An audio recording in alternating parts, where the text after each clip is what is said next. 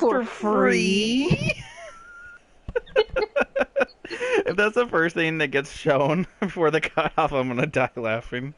I'm also glad that the first thing I see is Temple Knight Gate Guard. Ah, yes, the ward. You may pass. Yes. For free? For free? Free? What about this one singular just lamppost right here? That is also Oh wait, free. there's another one.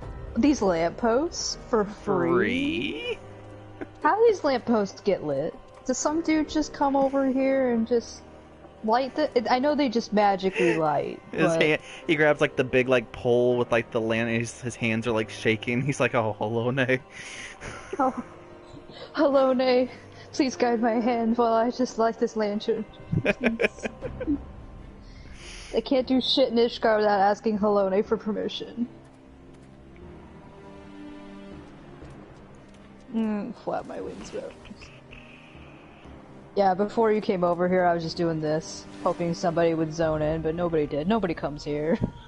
Just like 1.0 for free. Oh wait, this isn't 1.0. We're in 2.0. Jesus. 1.0. Just realized how Zuya sits on this thing. Just one hand gently on the neck, just making sure. Looks like She should be up falling now. off this. She should be definitely falling off this as she rides. There's a lot of things you should be falling off of when you ride. Let me check the feed for free. Oh, I see it. I see it. Okay. Okay.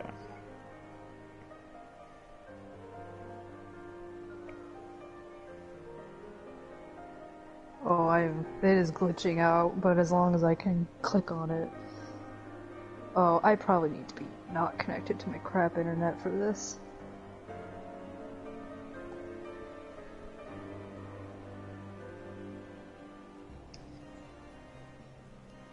Yeah, we definitely have our for free jokes in there. Oh, good.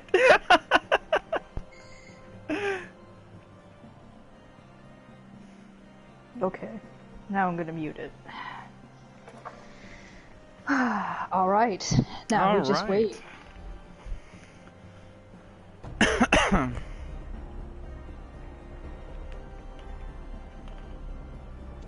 No, I just say on my phone it is having a hard time loading this.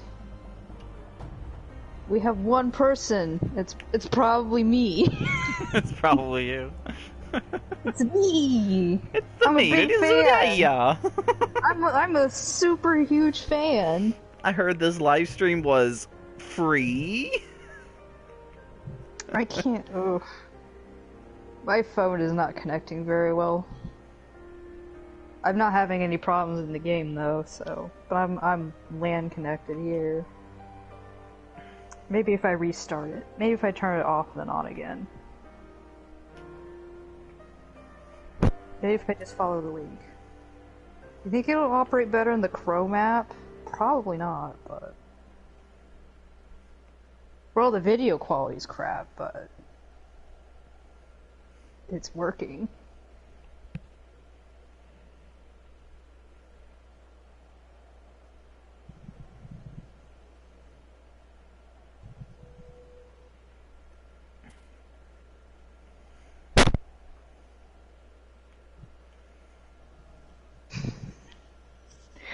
Okay, I got in. I'm here for free.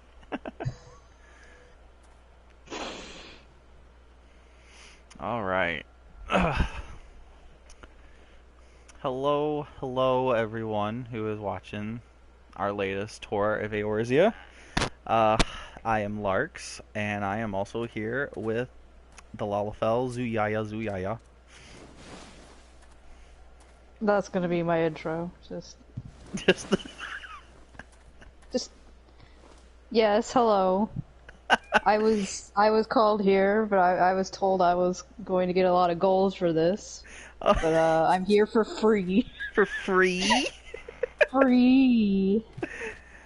So last time we did this 3 city-states of Ul'dah, Gridania, and Limsa. And if you haven't seen it, we do have it on the channel in case you guys want to see that. But for today's video, we are actually heading up to the northern city of Coerthas, which is home to Ishgard and Dravania. And if I bring up my handy dandy map, so we started off in Thanalan down here in the south, and then we saw Ul'dah, Thanalan. We saw the Shroud, which hold Gridania, and then we ended off with on the island of Vilbren, where we saw Limsa, Laminsa. Now today, we're heading up to Coerthas, which is home to the city-state of Ishgard, and of course, to up here, we will also be seeing the land of Dravania as well. So the history of Ishgard starts with a bunch of elves. I'll show you turning back here. We come from the North Shroud up here. So they came up from the Shroud. Story goes that this elf, Elizin, named Thordan, was given a holy vision from the goddess Halone, and she said that there would be a promised land at the heart of Alabathian's spine. So he took a bunch of his people up from the forest up here and traveled all the way to where they would find the holy Sea of Ishgard.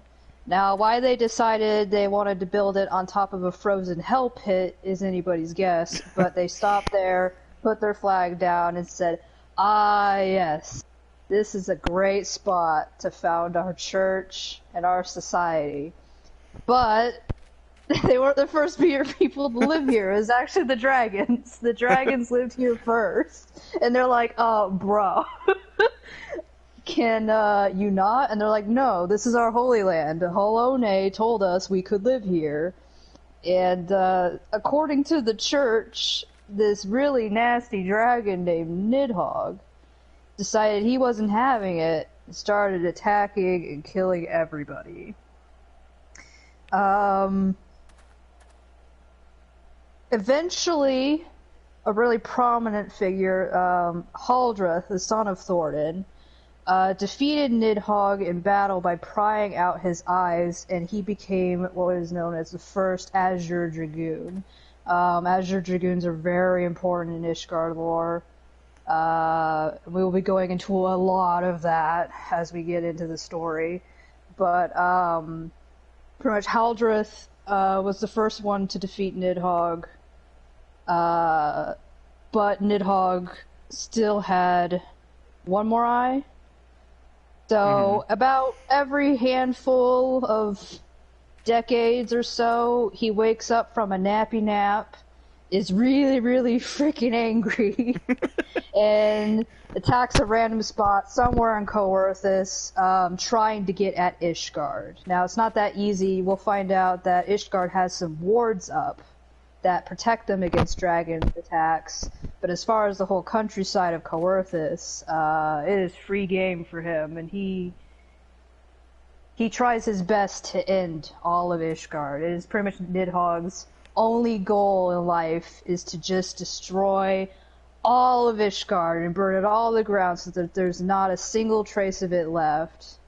And we don't know what his plans are after that. Like, that's why we start going to sniff around in it, because we're not sure if he's only satisfied with just destroying Ishgard. He might get angry and feel like, maybe all Elizin need to die, and then go onto the Shroud and attack Gridania or something. Let's travel up here, I guess. A neat thing to notice about Coerthas is that it is constantly snowing, and it is always snowy. It is not always like that, at least in the past. During 1.0, you will notice that Coerthas is very green and has lots of rolling green hills and lakes and rivers and stuff. But since the Calamity came over, it has been locked in eternal winter, and so it is constantly in colder climates. So as we travel up here, oh gosh, who wants to say this name? First is Destral Observatorium. Oh god, it went too fast for me. Hang on. Let me see if I can find the actual page on it in my First encyclopedia. I keep saying first Dick. I love this place because it's one of the first places you go to when you enter Coerthas, and they're just kind of like, we're going to start you off with the biggest buffoonery we can find. So, let's see, Coerthas Central Highlands. Dick Asterial. First, you know what, Kate? That's actually close enough. Of ethereal and astrological phenomena. Oh boy, try saying that 5 times fast. In simpler poo-poo baby terms, they have an observation center where they look through a big giant telescope and look at the stars. So we can go up here and climb for days. Up that thing. Oh yes, I was riding a dragon. Yeah. I did random mount roulette and that came up. And it was very appropriate that I did. You can get quite a few dragon mounts in this game. In fact, I just got a new one last week. So, this is a very prominent feature throughout all of Ishgard. Lots of stairs. A crap ton of stairs. I imagine everybody who lives in Coerthas and Ishgard just has the best thighs and abs and just everything. Because they just climb stairs everywhere they go. These stairs will just keep going, by the way. Like, we're not even... We're halfway, maybe? Now we're halfway? Now we're here. So, well, we're not even all the way all the way, but close. You know, this guy looks very hauntingly close to Hachifor. Oh my god. You know, he's oh like my ugly god. Hachifor. He's like really angry. Oh, he nodded. Oh, I said he's angry, Hachifor, and he nodded. Oh, he's talking to this chap.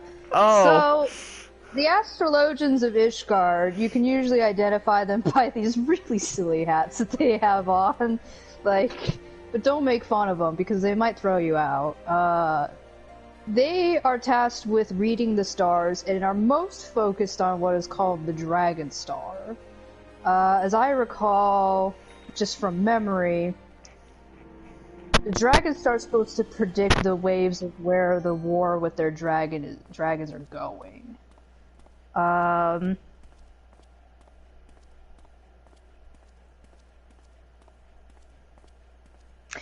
it says in the book that 300 years ago, Ishgardian astrologian Ondel the Younger convinced the Holy See that he could predict the comings and goings of the Dravanian horde by studying the movement of the heavens, and thus secured funding for the construction of the observatorium and its grand astroscope. That's what they're choosing to call it. Astroscope. Yeah, we have here, it's not necessarily a globe of the world, but it is a globe of the constellations. So, we're going to talk a little bit more about astrologians as we get through here, but I said specifically that they're Ishgard astrologians. This is important to note that Ishgard astrologians only care about using the stars to... like this guy just falling asleep. Right. They use the stars to predict the Dravanian horde. Other astrologians, which we will be meeting in the game, are also concerned with the stars, but they're not specifically focused on what the Dravanian horde is doing. They're more about looking at the tides of fate in general. So there is actually many different types of astrologians. The Charlatan kind will be the job class that you will take on should you choose to become a Charlatan upon... What is it? Is it level 35 that you have to be to enter the Astrologians Guild? Well, you have to have a level 50 class, and then you're able to start Astrologian at 30. Astrologian is the special class that you have to have the Final Fantasy XIV Heavensward expansion to have it. So you must do at least one other class from the base game to level 50, and then take upon Astrologian, which I think starts at 35. I haven't done most of these. Oh yeah, speaking So, of the big telescope. yeah, so now we finally made our way to the top, which I'm glad we're at nighttime because this is really nice being all lit up. But this is their big ass telescope used to read the stars, and it's so great that it's pointing at a whole lot of nothing because I believe it is cloudy. Yep. They're like, clouds. It's hilarious because every time you're in Coerthas or Ishgard, it's very rare to find a time where it's not blizzards or not snowing, and then every once in a while you'll be there and it's a clear day out and you're just blinking going, where am I? Like, I don't... What is that? Is that the sun? Like... Close the gates. Do we want to walk down the stairs or do we want to do it the fun way? You're already gone. Where did you go? Oh, I don't know. I was in first person. Where am I? So, if you're a player in Final Fantasy, you don't take the stairs. You just fall to your death, okay? That's just how you move. Alright, so we're gonna head our way down here to the main plaza. Now, we've pretty much showcased pretty much what this whole place is about, but this area is also for deliveries. Usually a lot of traffic comes in through here to make deliveries to the Holy See, also to Camp Dragonhead, which will be our next location that we go to. Residents that live here are usually guards. We got a couple of, I guess, farmers in the back here. I don't know who this guy is, Sir Alberic. He's just some guy who just sits out here and talks about his weird son who made off with the Eye of Nidhogg or something. Yeah, But, back here we got some people, farming. I think they're Gazal greens. Again, I think I mentioned this in the last stream. A lot of chocobos come from Ishgard, at least a really, really well-bred kind. Ishgard takes chocobo rearing very, very seriously. Actually, where are you, Larx? Oh, there you are. I've just been sitting over here in this garden patch talking about chocobos, and you're like, by the wall. I'm like, Ishgard go burr. Ishgard burr. But, let's see. Yeah, we even got some staples back here. I forgot these little guys were back here. Oh, we even have a sleeping chocobo. That's pretty rare to find. I'm gonna let your tall person camera capture that because I'm very small. You know what's funny? I'm tall and I still can't see it. Oh my gosh. I have mine like angled slightly. There we go. Nice mount that you use. I don't even know what it is. What is it? Oh!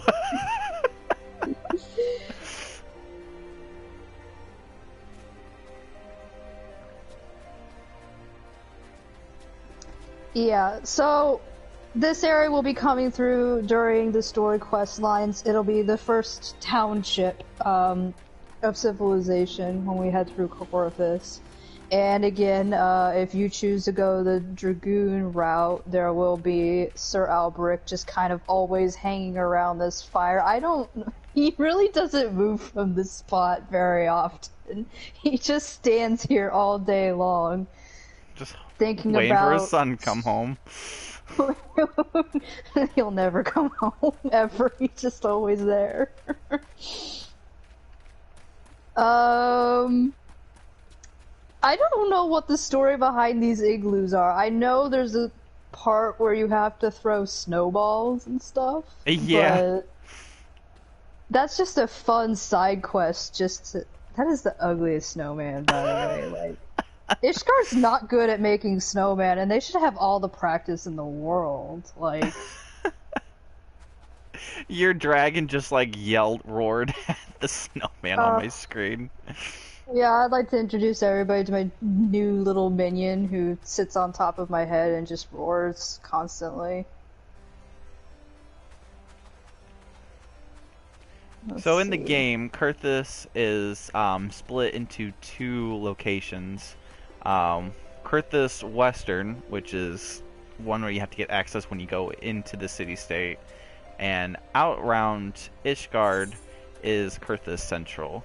On the map, it shows where the Black Shroud would have ended with North Shroud, and the Observatorium, which is that super long name that's on the map that I can't even pronounce, is what we're here right now. You're gonna call it the Observatorium. Observatorium.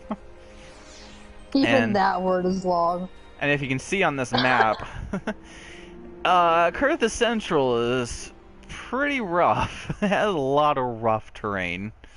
You can even see... As far as the Calamity went, this place was probably hit probably one of the hardest, because it literally had a huge climate change, and they had to adapt to that pretty fast. Like, Coerthas was already kind of cold. I would say, like, Swiss Alps kind of cold.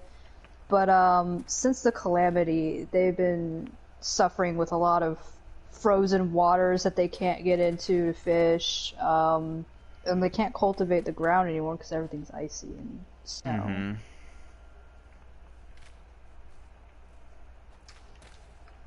We want to head up to Camp Dragonhead. Let's do it. Alright. So, I don't want to spend too much time because we were actually going to spend a lot of time here when the story is available. Oh, I guess I should talk a little bit about Skyfire Locks. This is an important place if you choose to do the Machinist quests. Skyfire Locks is owned by House Holinar.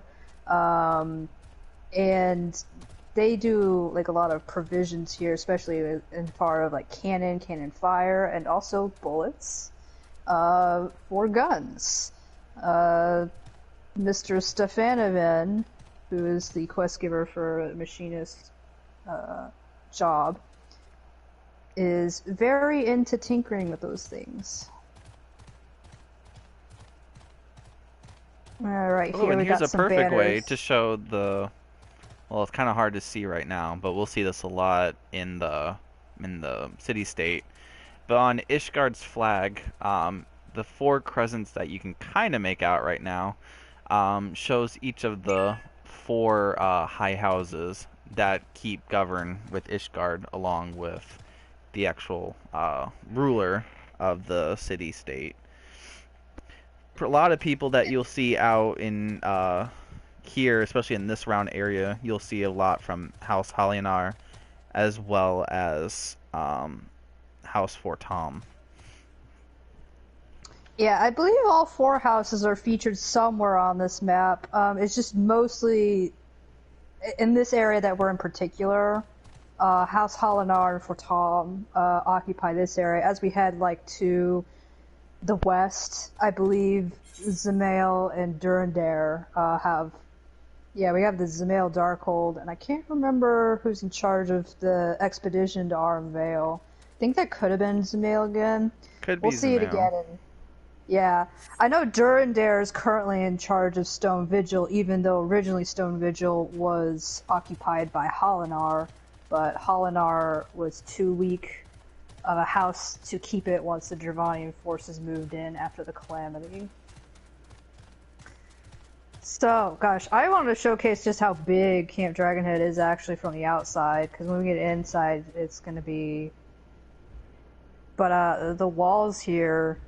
I've always been really impressed as you enter in some of these areas. Here's my favorite House Fortom guard. Mostly because he fights the sheep.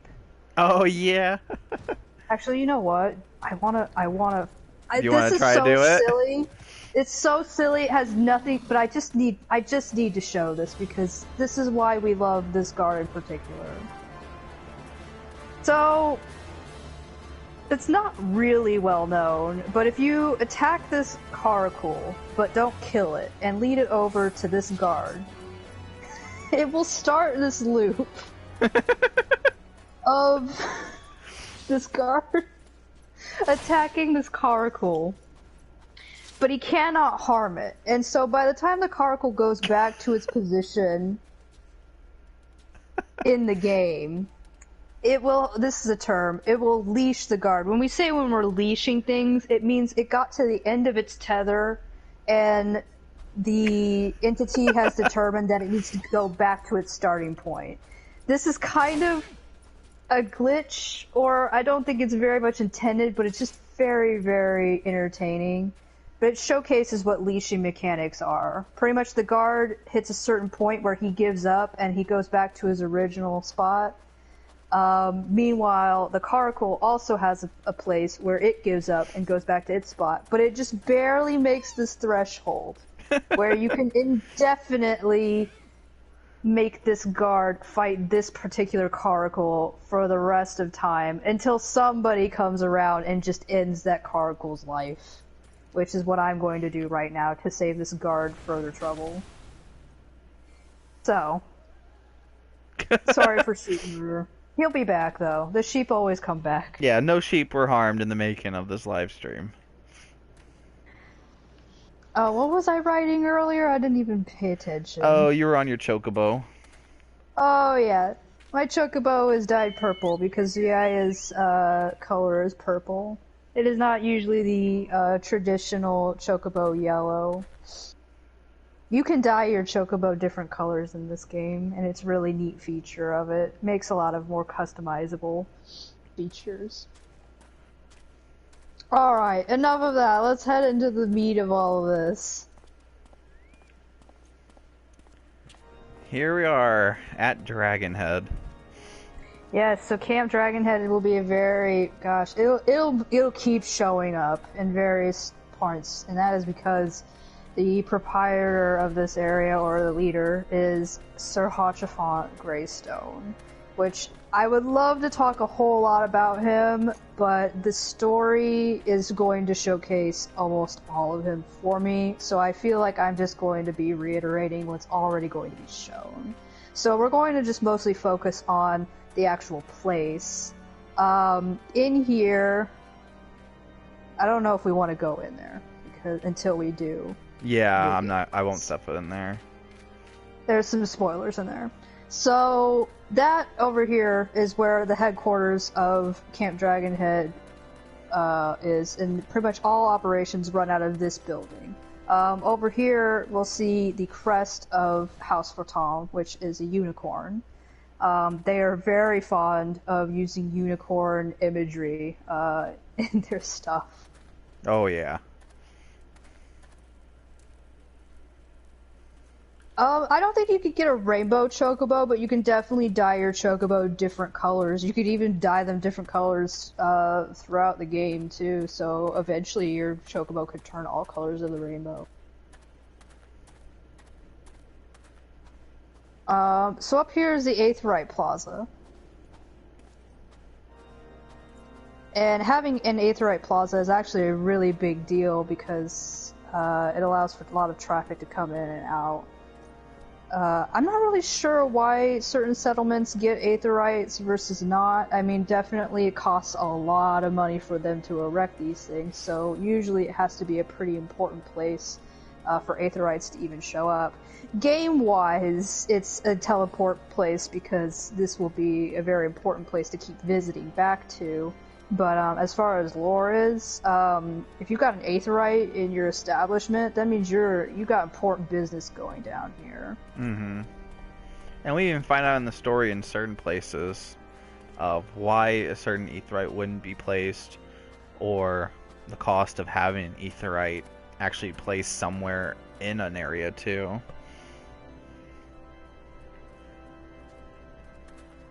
Yeah, I think mostly this is like a defense point in Coerthas. So like if anybody in smaller settlements was having any troubles with like Dravanians coming in and attacking, or even sometimes just like wolves and other wildlife, they could find succor here. There's a lot of knights patrolling the area. In fact, I believe a lot of knight training goes on in this settlement too. Again, mostly the knights you'll find here are of House Fortoms, or as far as I know, when it comes to knights, like you can come from a lesser household and be serving under one of the four noble houses. So when I say they're House Fortom knights, they could come from different families, but they serve under House Fortom. I'm trying to think of a certain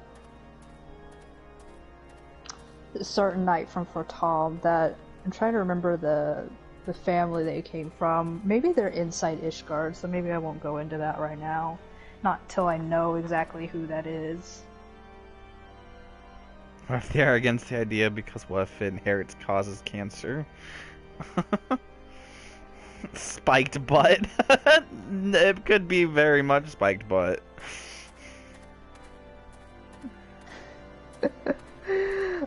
Spiked butt will be found out in Coerthas Western. We're now in the Central Highlands. Western Highlands is where Sir Spiked Butt usually occupies his time.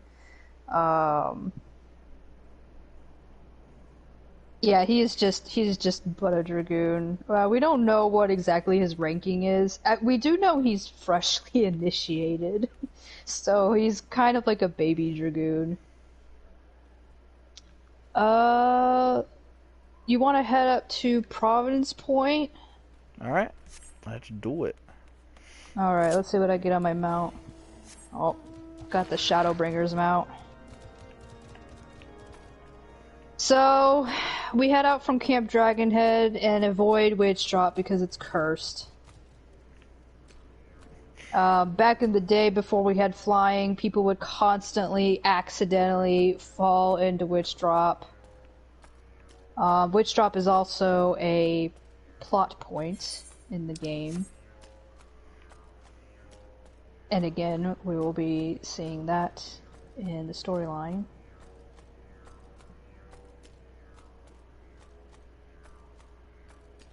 So as we're here, we're starting to notice there's actually some Dravanians here, these Avises. Now, fun fact about Avises is that they're actually heretics who partook of dragon's blood and transformed themselves. So these Avises used to be Ishgard, or at least some Elezen, that have decided that they were going to drink some dragon's blood and get all that power to themselves. You know, I never really looked at one up close. They're pretty well armored. Yeah, you can kind of tell in the face that you can tell some human traces are still kind of there. See, I'm still not quite entirely sure what will cause somebody to turn into an Avis versus a Garudion, I think is what it's called. If we find one, I'll point it out. But, Oh, my level is level 80. This one's a level 38. So I won't generate aggro because I'm so OP. Yeah, had we been here when we were actually the level, yeah, they would be eating us alive right now. But Yeah. There's a mechanic in the game where if you're so high a level, most enemies won't screw with you because they're afraid of you. Pretty like, much. I'm not messing with that. That thing's gonna kill me. And Zuya's like, you are correct to assume that. So through here. Steel Vigil. So, this has something to do with House Holinar. I think there used to be a watchtower here. Or is there still a watchtower? Yeah, it used to be an Eastern watchtower where they would... There's a lot of watchtowers around Coerthas because they're constantly surveying the skies to see if the Horde is about to attack or not.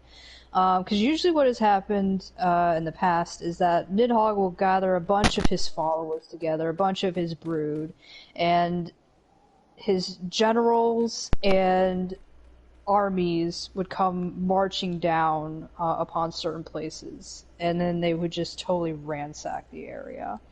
Ishgard has erected lots of watchtowers and high observation points so that they could get a heads up for it.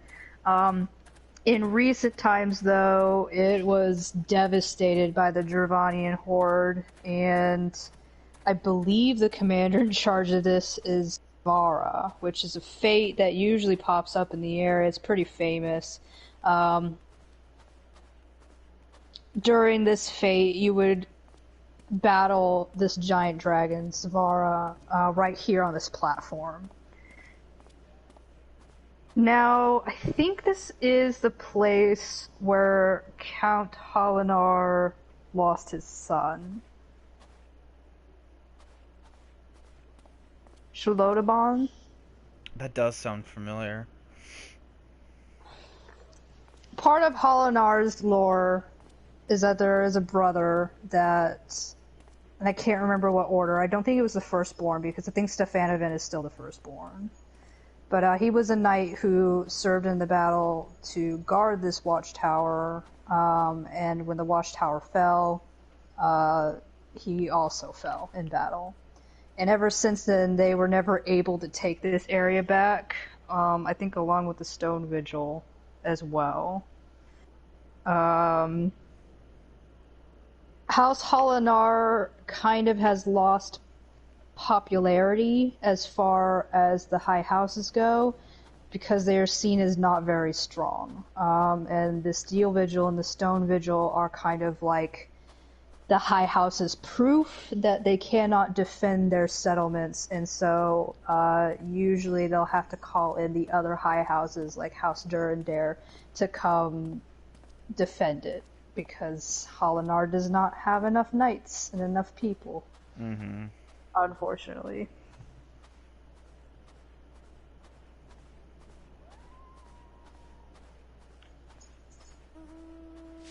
Yeah, well, the cool thing is also, especially out in the outer world, is like, especially like how we mentioned with Savara, a lot of on the maps, I believe we talked about this last time, you'll see these blue circles. These are fates.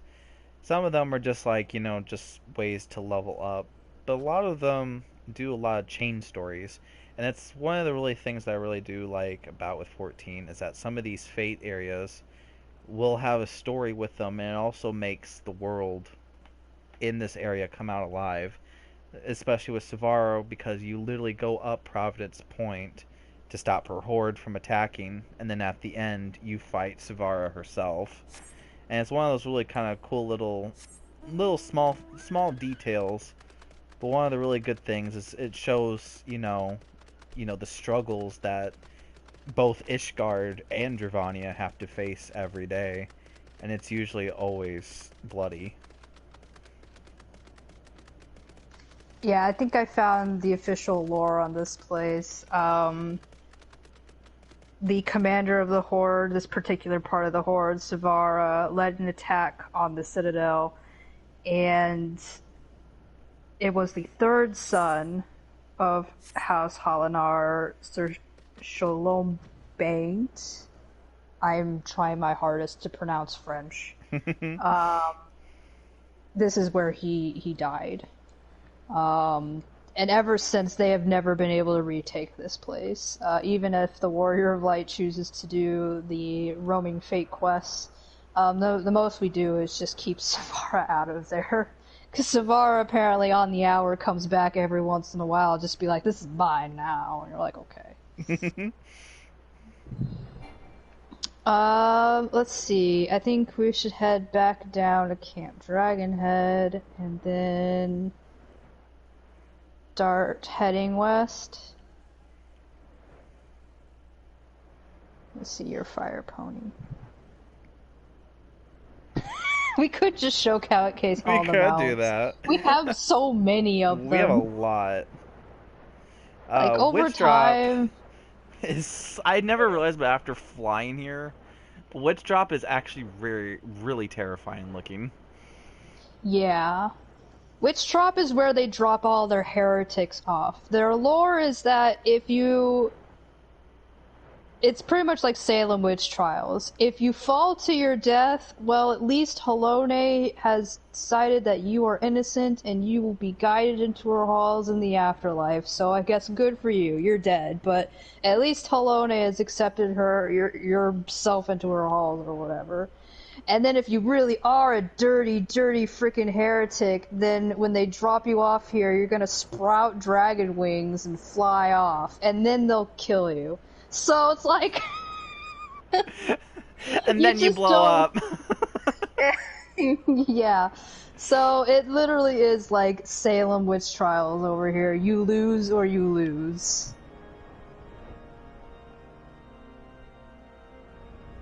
Alright.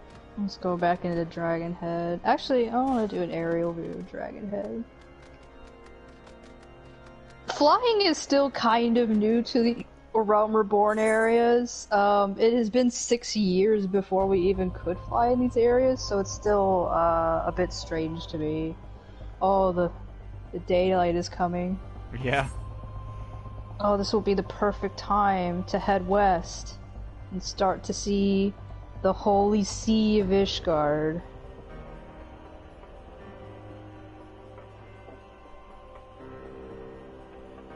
So, we are approaching what is called the Steps of Faith. It is the first obstacle, or I guess this is the Gates of Judgment, which will lead into the Steps of Faith. So, the Gates of Judgment is the first obstacle in order to get into Ishgard. When you're in a Realm Reborn, they will tell you to fuck off, because they don't want outsiders here. You're not allowed. And they are not allowing anybody to pass through their gates.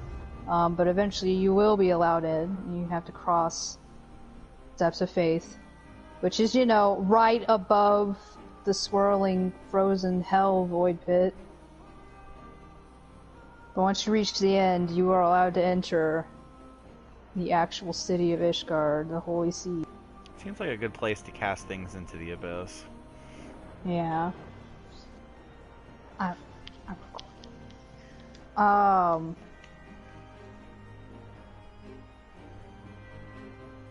So we won't go in there just yet, because there's still more to talk about in this area. But it's amazing to watch it from this far away. It just looks so grandiose. Mm-hmm.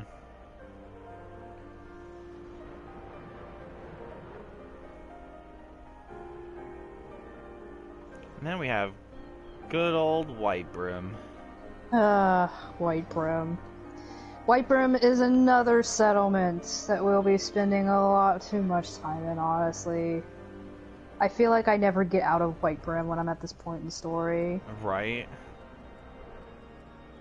So, I believe it's House Durandare. Yes. I believe it's House Durandare that runs this area. And you can tell it's House Durandare because they like bells. Oh yeah, I always have to remember Zamail is the roses, Durandare's the bells. So when you're around Whitebrim, it's the atmosphere is a little bit different. For Toms are like, they're the friendly knights. They're, you know, they're the Gryffindors of the world. They're gonna like you. House Durandare, I mean, it's not Zamail, so I guess they're not Slytherin. They're I like, would say them as more like Ravenclaw. They're bitchy Ravenclaw, like not nice Ravenclaw. Yeah.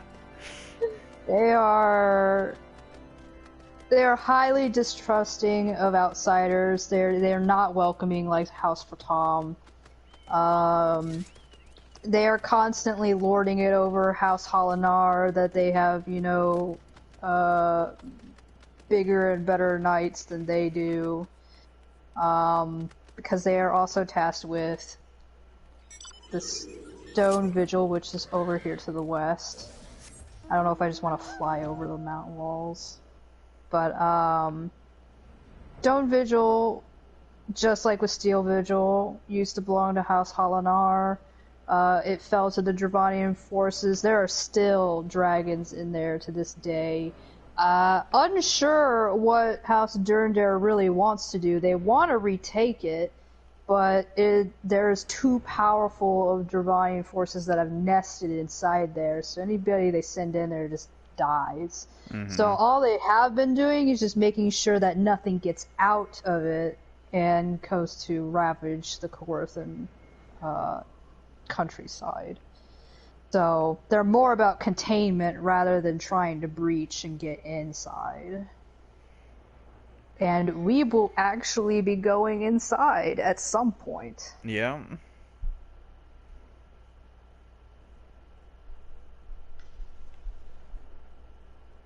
I never realized how nuts these guys are. Yeah.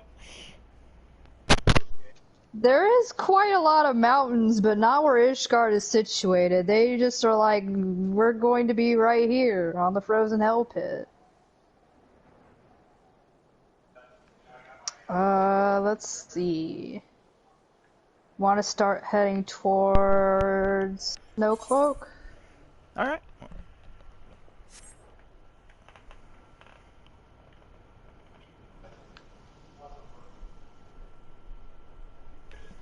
So through these mountain passes, there is an interesting place to note. Really has nothing to do with the main story, but Behemoth, which is an entity known to roam around Coerthas, every couple of months or so, and not in real life, but I would say in game, about every couple of months he roams around, causing a lot of damage. And Behemoth is huge.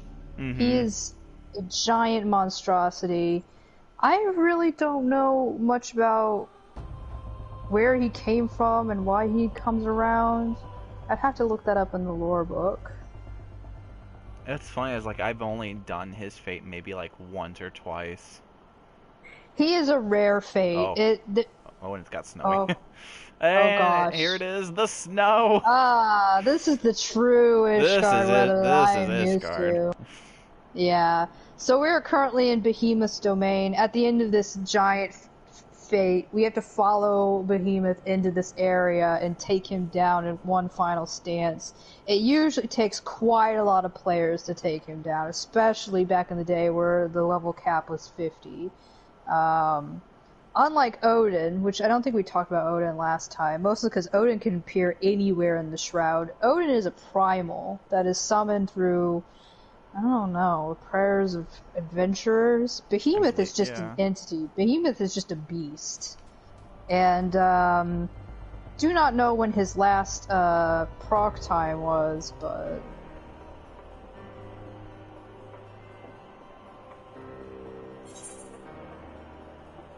So over here we have a very important place called Snowcloak. We will be investigating this area a lot more during the storyline, but an interesting thing about Snowcloak is that this pathway used to lead into Coerthas Western Highlands. I believe this actually used to be a giant river, or maybe a waterfall. But when the calamity struck, a gigantic avalanche happened. There were people trying to pass through, and most of the people who were making pilgrimage through here from west, I can't remember if they're coming from western into central, or central into western. Regardless, they were all buried under so many tons of snow and ice, and not many people survived. Mm-hmm. Yeah, you'll notice, at least with Coerthas, we've said it before, but Coerthas and Ishgard is like one of the few places when the calamity hit where it just obliterated almost everything around here. Yeah, Ishgard and Coerthas were hit really, really hard.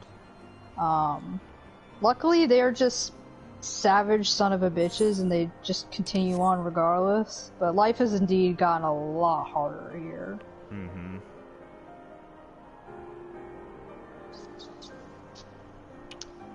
Let's see. Do we want to investigate Boulder Downs and the Monument Tower? Yeah, because I will show off a little bit of the calamity a little bit, at least from that spot. Mm-hmm. Oh god. The Eyes Have It is up. Oh god. This fate is always up. A warning to anybody who does play the game. If you're the only person doing the Eyes Have It, leave. You're going to get annihilated by this guy. Yeah. It is a very difficult fate to accomplish on your own. You need like a handful of people to help you. So this is Danafin's past. Now, as I recall, Danafin was a historical figure in Ishgard. Let's see if I can remember what that lore was. It was Saint Danafin. I believe he's a saint of pilgrims and pilgrimage. I think there's also Danafin's collar, which is part of the wards.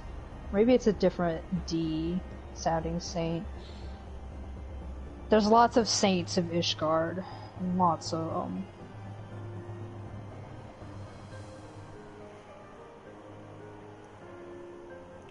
So, in Boulders Down, as you can see something that's like completely like different than what we've normally been seeing. This part right here was a nail that was connected towards the moon Dalamud, and when Dalamud descended and the nails fell off, the nail fell down into the land. And what you see from when it landed, you can tell how much carnage just that one nail did. Well, it's kind of hard to see with this blizzard.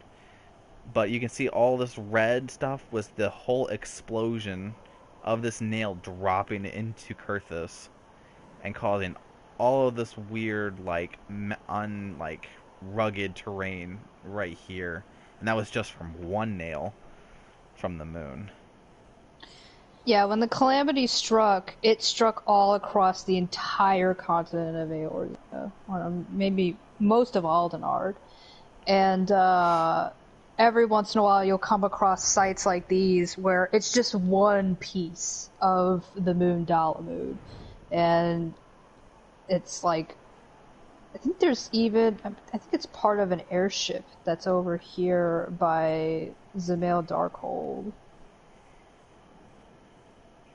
Is it part of the Agrias? I can't remember. I believe so, yes. I can't remember if most of it was contained in Mordona or not.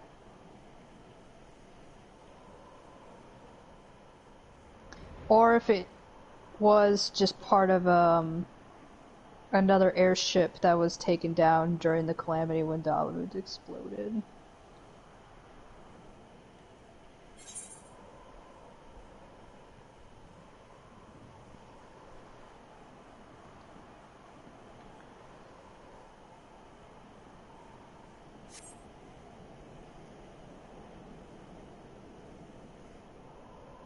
Woo. I'm just admiring the scenery, the best I can in a blizzard. I know, it's just like snow. Yeah, this is like the true Coerthas experience, though. It's just being buffeted by a giant snowstorm. I'm gonna land back on the ground where I have more visibility. Oh, I found Ishgardian Pilgrim. Looks like he's dying today. Because Zuya is not helping him against these pure energy balls.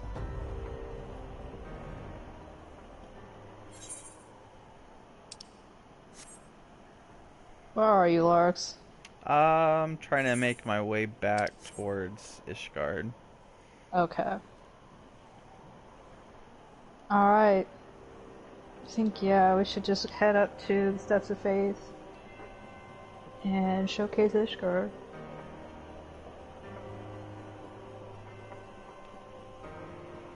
But yeah, that is Coerthas Central, and it kind of gives you a little bit of idea, especially when you're playing Realm Reborn, that from all the other places, this has a very different type of atmosphere. And as soon as we head into the city-state itself, you could tell, my goodness, Ishgard has a lot going on.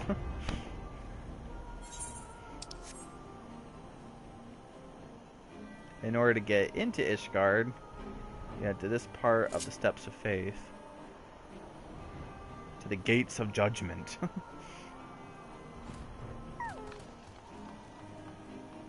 And you can tell you're getting closer because you're seeing a lot more Temple Knights than what you would see of the four houses.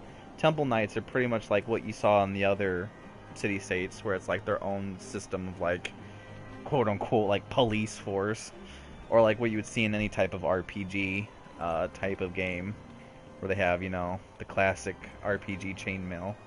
Stop, criminal scum. Stop, criminal scum.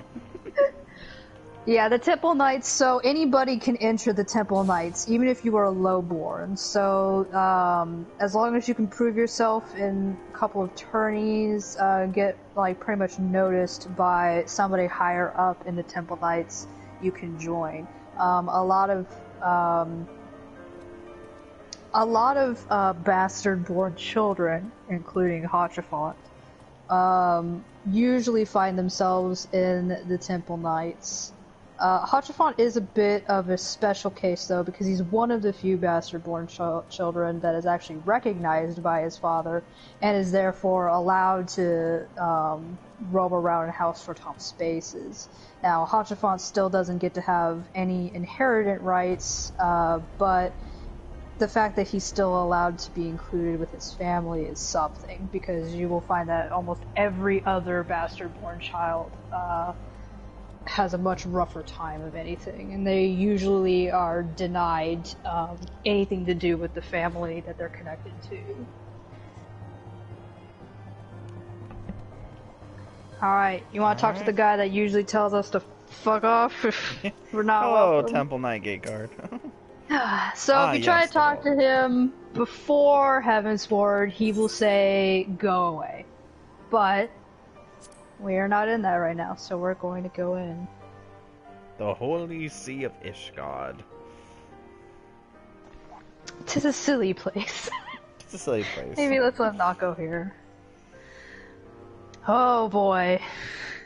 And here we There's are. There's a lot to talk about. I don't even know where to begin. Look at those pillars. Look at those shields.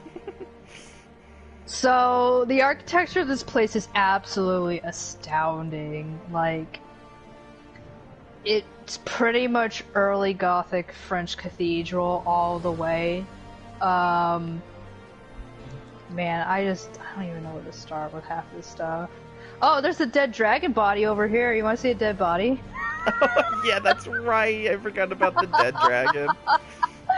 You want to look at a dead body? So if when you first come in here, you'll notice that this place has obviously been to war for quite a while. Like, they have damaged parts of the city, because every once in a while the dragons do break through the ward, or a really cunning dragon is able to lead some armies in here, and they are forced to defend Ishgard proper right here within the city.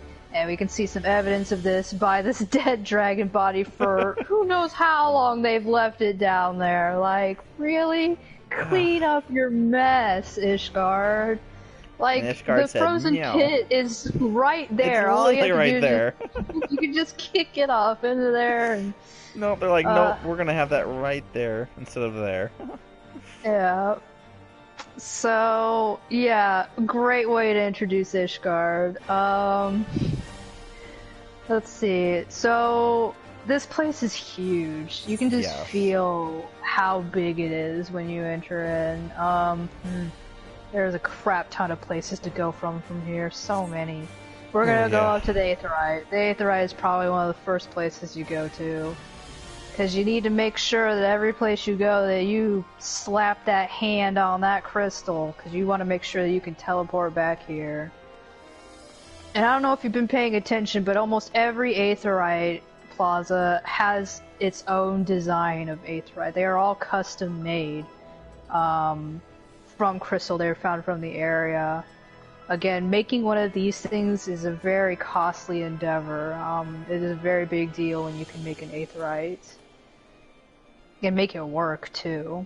We'll actually find eventually some Aetherites that have been destroyed, and oh, heaven forbid you were trying to teleport to one of those when it got destroyed. I believe there is lore that during the Calamity, if people were using the spell Teleport when the Calamity struck and the Aetherite was destroyed, you're gone. You're lost in the live stream forever, and you're probably just straight up dead. That's a little bit of horror knowledge for you. Brady for everyone.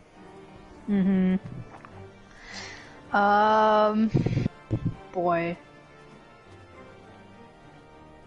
I always like these nights. This one lady night just lecturing both of them. Forever. She's been here since 2016 and hasn't stopped. Or I guess 2015. And they just stand there and take it. Yep. Every day. Of every hour.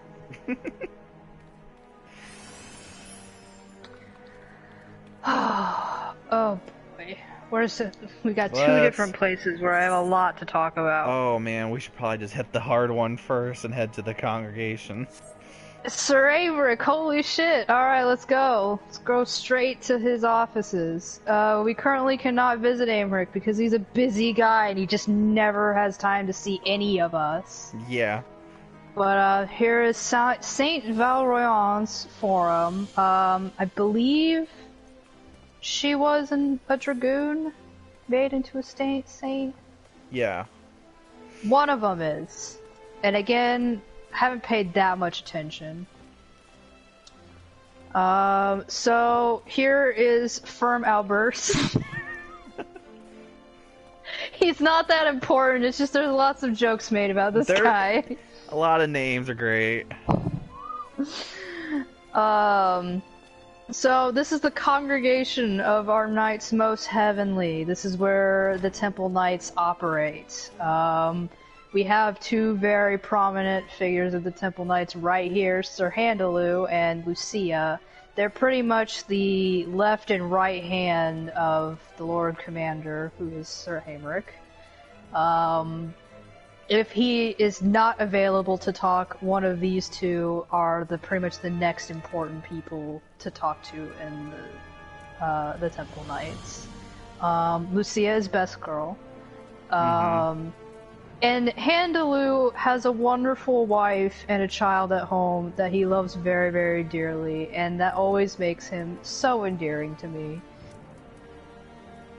Sir Handaloo is like one of my favorite characters in Ishgard. Yeah, Sir Handaloo doesn't make too much of an appearance in the main story, but boy does he show up in a lot of side quests. Yeah. Like, I just am like, Sir Handaloo, like, you have a lot of stuff to do. Like, you're here and you're here. I mean, you could say the same thing to Warrior of Light. Like, every day he's just like, weren't you a leather worker yesterday and now you're a paladin?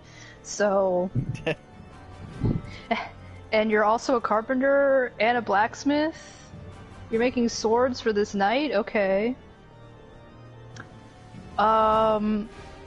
So... There's not too much to showcase around here, other than this is just mostly the daily offices of the Temple Knights. I want to point out, they got horrible, horrible frickin' beds here. Like, who the hell wants to sleep on this? And here's this guy with a broken leg and arm laying on this stiff board bed with just a pillow and a quilt. And it's not even that big of a quilt. It looks like a pretty thin quilt, honestly. Ugh. Like, it's one of the first things I noticed when I was here, is like, who wants to sleep on these beds? And then I realized probably most of Ishgard sleeps on beds like these, and I'm like, ugh, no wonder you guys are cranky all the damn time.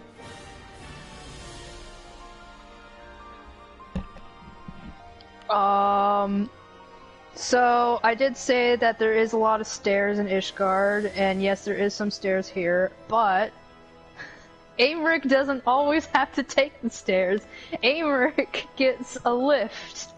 And when you do want to talk with Sir Aymeric, you talk to this temple guard right here. And he will take you to his offices through the lift. So there's actually an elevator here. You do not have to climb all 6 damn stories just to get to Aymeric's office. Jesus. I'd just be winded all the dang time. Right? But yeah, at least I know they got thunder thighs for days. Oh god, they're all freaking ripped here, and it's all from taking the stairs. So I'm going all the way out here because I want to showcase how freaking tall that building we are in there. Like, we're only on the first level of that. There is like several going up here, and somewhere up there, either at the very top or somewhere in the middle here, is Aymeric's office. Mm-hmm. Or I should say the Lord Commander's office. That is pretty much where everything is run. Military operations, the Temple Knights, the Knights Dragoon also operate out of here because they are also led under the Lord Commander's banner. The only faction that doesn't really work out of here is the Heavens Ward, but we'll be getting into that when we head up to pretty much the church cathedral.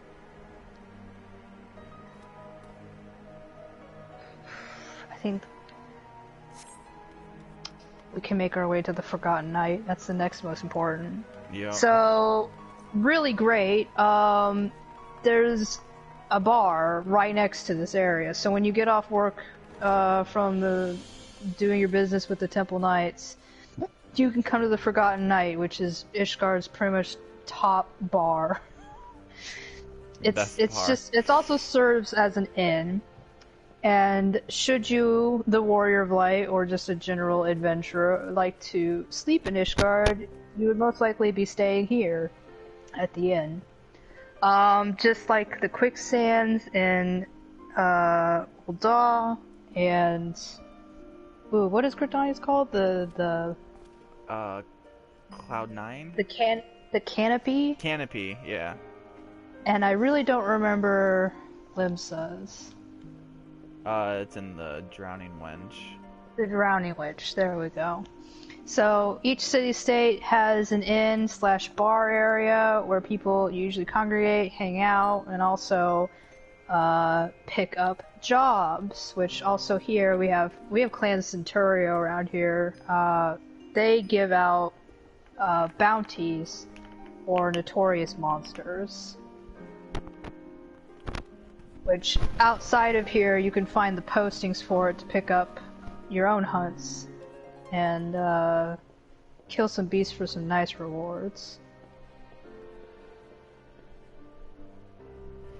Oh, where'd you go, Larx? Oh, I'm right here. I turned around, I'm like, where are you? You're tall, I should be able to find you. So yeah, if you're somebody wandering into Ishgard for the first time and you're a rough and tough adventurer, you'd be coming here. Oh gosh. Oh, I got a true Dark Knight over here. Standing right up close into Sidurgu here. If you would like to take the path of a Dark Knight here, you will become very familiar with Sidurgu and also this very small and cute Elizan girl, Riel. It was unfortunately in that guy's back. Oh, there we go. There we go. Sidurgu's movie. Here we go. There's Riel. Zuya is like half her height. Yeah, this shows you just how even like a teenager for Elizans is their height. Yeah. They're already tall. Elizans have really bad puberty as far as I'm concerned. Yeah, Riel is actually probably in her late teens from what I can determine from certain things she has said before. But she seems to be just on the cusp of adulthood or getting there. And yet she is this tiny. And Sidurgu's not an Elizan, and I believe Al-Ra men usually do get taller than Elizan, but not by much.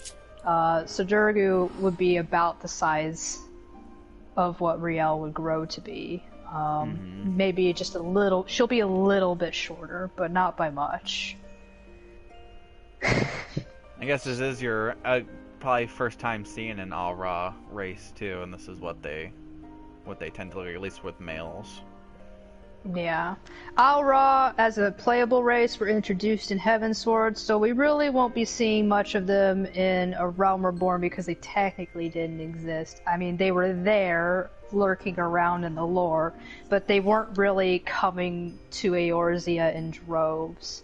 Though there is lore that both the Ryan and Zayla tribes were escaping Garlean occupation as Garlemald took over Doma and surrounding areas.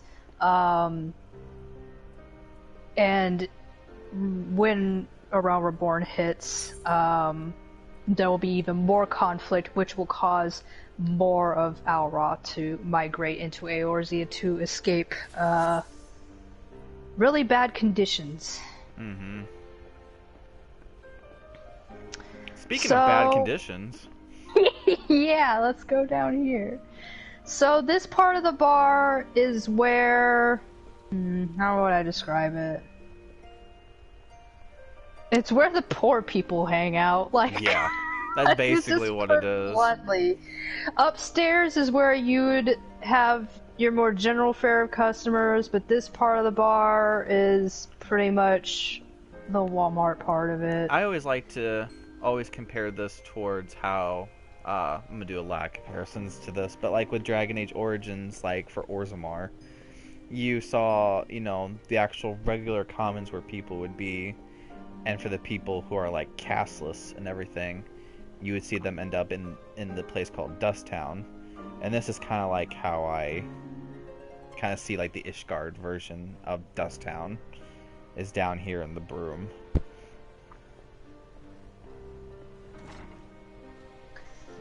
Yeah, so... Oh, and it's sunny now. Oh, okay, Ishgard. Oh, no more... What, the sun?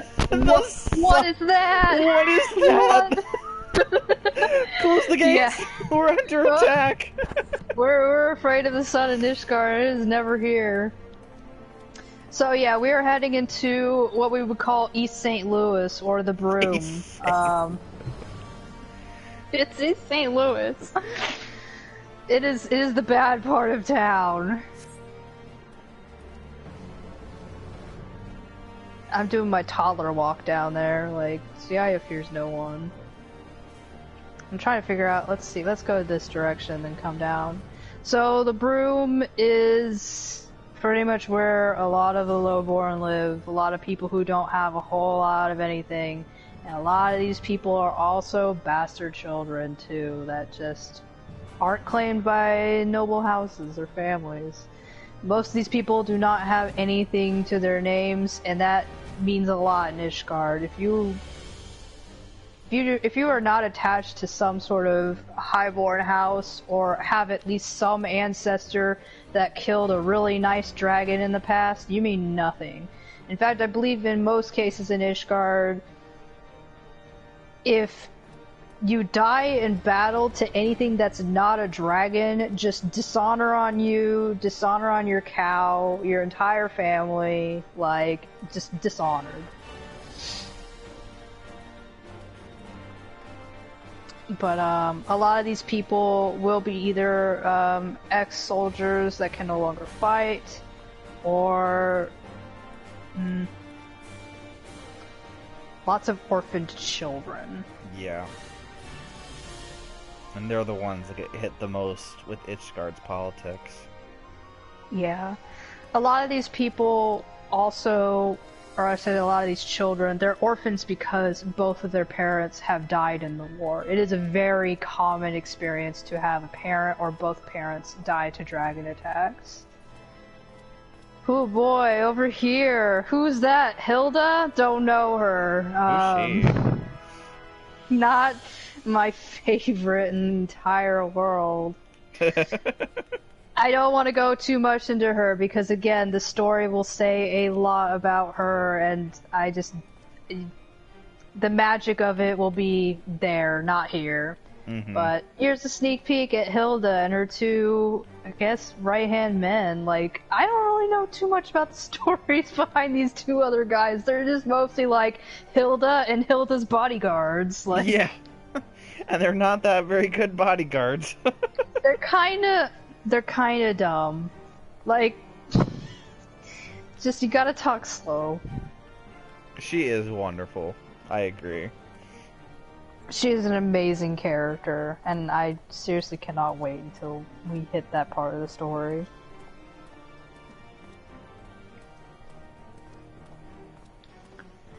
Alright.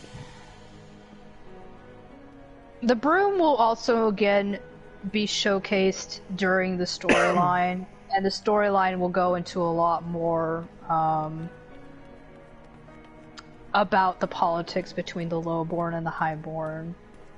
And we'll also be getting a lot more lore about other places we visited.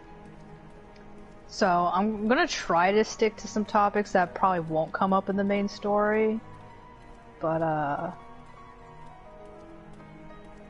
they do a better job of fleshing out these places, mostly because the expansion can talk just about this place, whereas A Realm Reborn is like split up into 3 city-states. Mm-hmm. Plus Mordona, which we haven't even gone there yet. But Mordona is just more of like the adventurer's hangout spot, where it's free and everybody can be rough and rowdy adventurers and fart all the time, and nobody gives a damn because you're a rough and tough adventurer. So, Saint Renette, which I believe for sure she was a dragoon. A lot of these statues fell into disrepair because when the dragons attack, they usually like to attack their heroes, or pretty much the statues erected to heroes, because these heroes, the Dravanians, are villains because they've been heroified in Ishgard because they've slayed really prominent or very well-known dragons.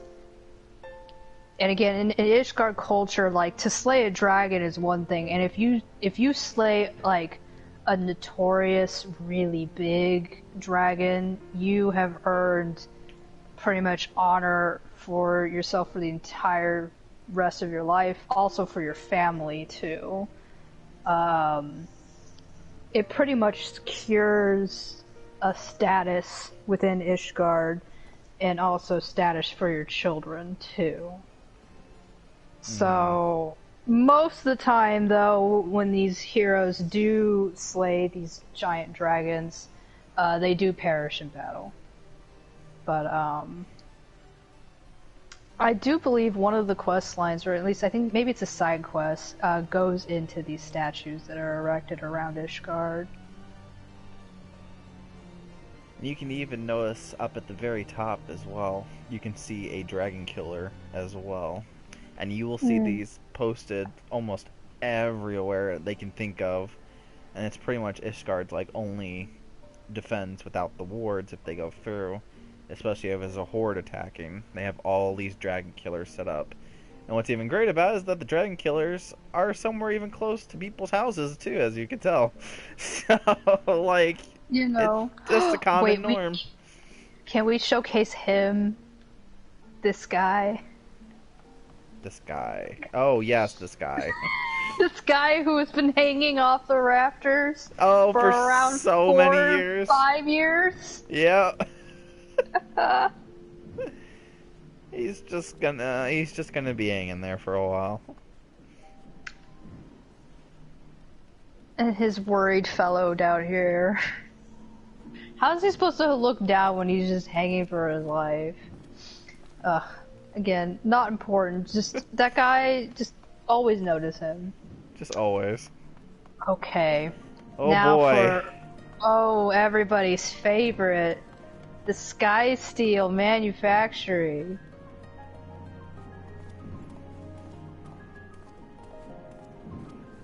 The man, the legend.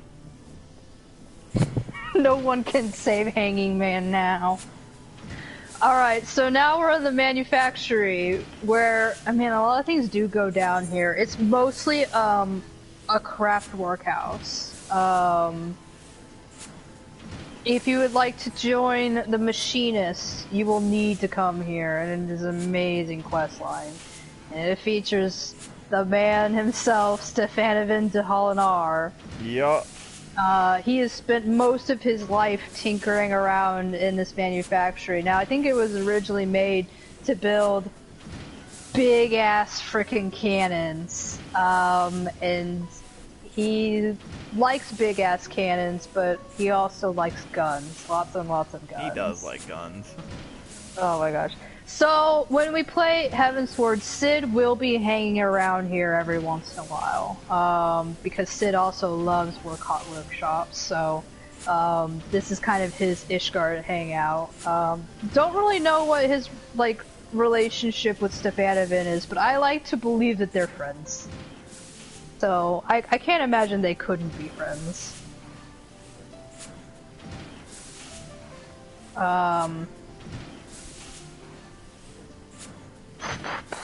Can it be fixed with a gun? If the answer is not yes, you have not thought it through enough. Yeah, exactly. There's a lot of things done in here, and then, again, I think I'll leave it for the story. Because I don't know what I could explain that the story couldn't do for me. Also, it's fun to realize that there is a back door that will send you right back into the plaza through here. Which is useful because I think right now we'd want to go up into the pillars. And I think this is probably a good place of any to start out in the pillars. Mm-hmm. Let's do a big check here. There is the Holy Stables, but I think we'll be going there during the storyline. Yeah. Yeah, this will be a good entryway to the pillars. So again, I've said there's lots of stairs. I cannot think of bigger and longer stairs than the ones that lead up into the pillars. And this is just one set of them. There's like 4 of them, I believe, that you can access. And you will notice right away that there is a very different atmosphere than what we've been seeing in Foundation. Yes, Foundation is where more of the commoners live, and then if you get really down toward the bottom, towards the Broom, that is where pretty much the destitute, pretty much everybody in poverty, that's where they live. And as you go up in the spire, I should know, the game made it look like we climbed up a few set of stairs. We are up really, really high. We probably took like 20 minutes to climb those stairs. And I cannot believe most people in Ishgard would just keep walking up these. They usually do tend to stay to their areas, so we're in a spot where most of the nobility and the higher born will be living. They tend to keep here, except if you have a job with the Temple Knights. Jesus. Yeah. I can't, man, Aimric's mansion is somewhere up here, so I'm like, Aimric walks up those stairs nearly every damn day. If he doesn't just sleep in his office, which I believe he does. He most likely probably does. So we're in the Jeweled Crozier, which is the marketplace. Pretty much like other marketplaces we visited in other places in Eorzea, it is where you can go shopping. Both for your in-game items and also for, just for NPCs to find their groceries and general wares.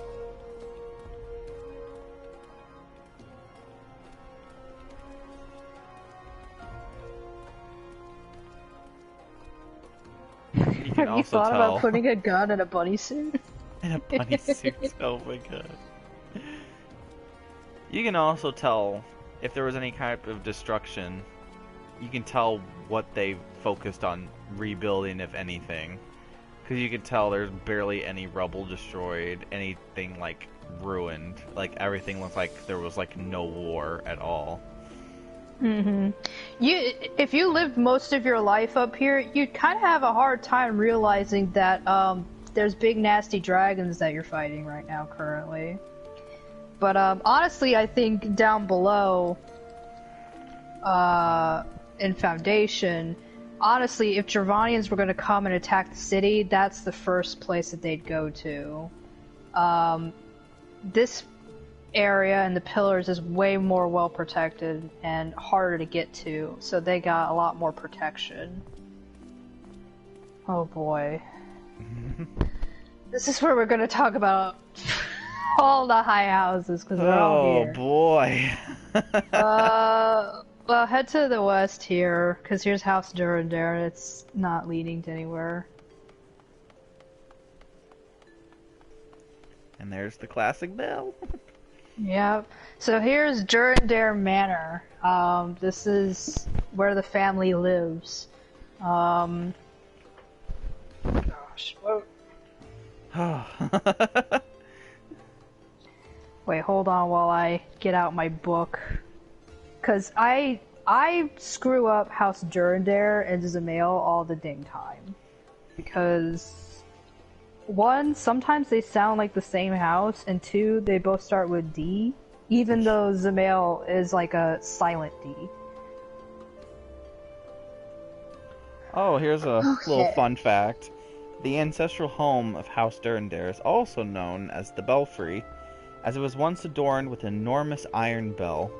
It was permanently removed, however, after an incident in which its rusted chain snapped on a stormy night, sending the Tossins tumbling to the cobbles, crushing a passerby.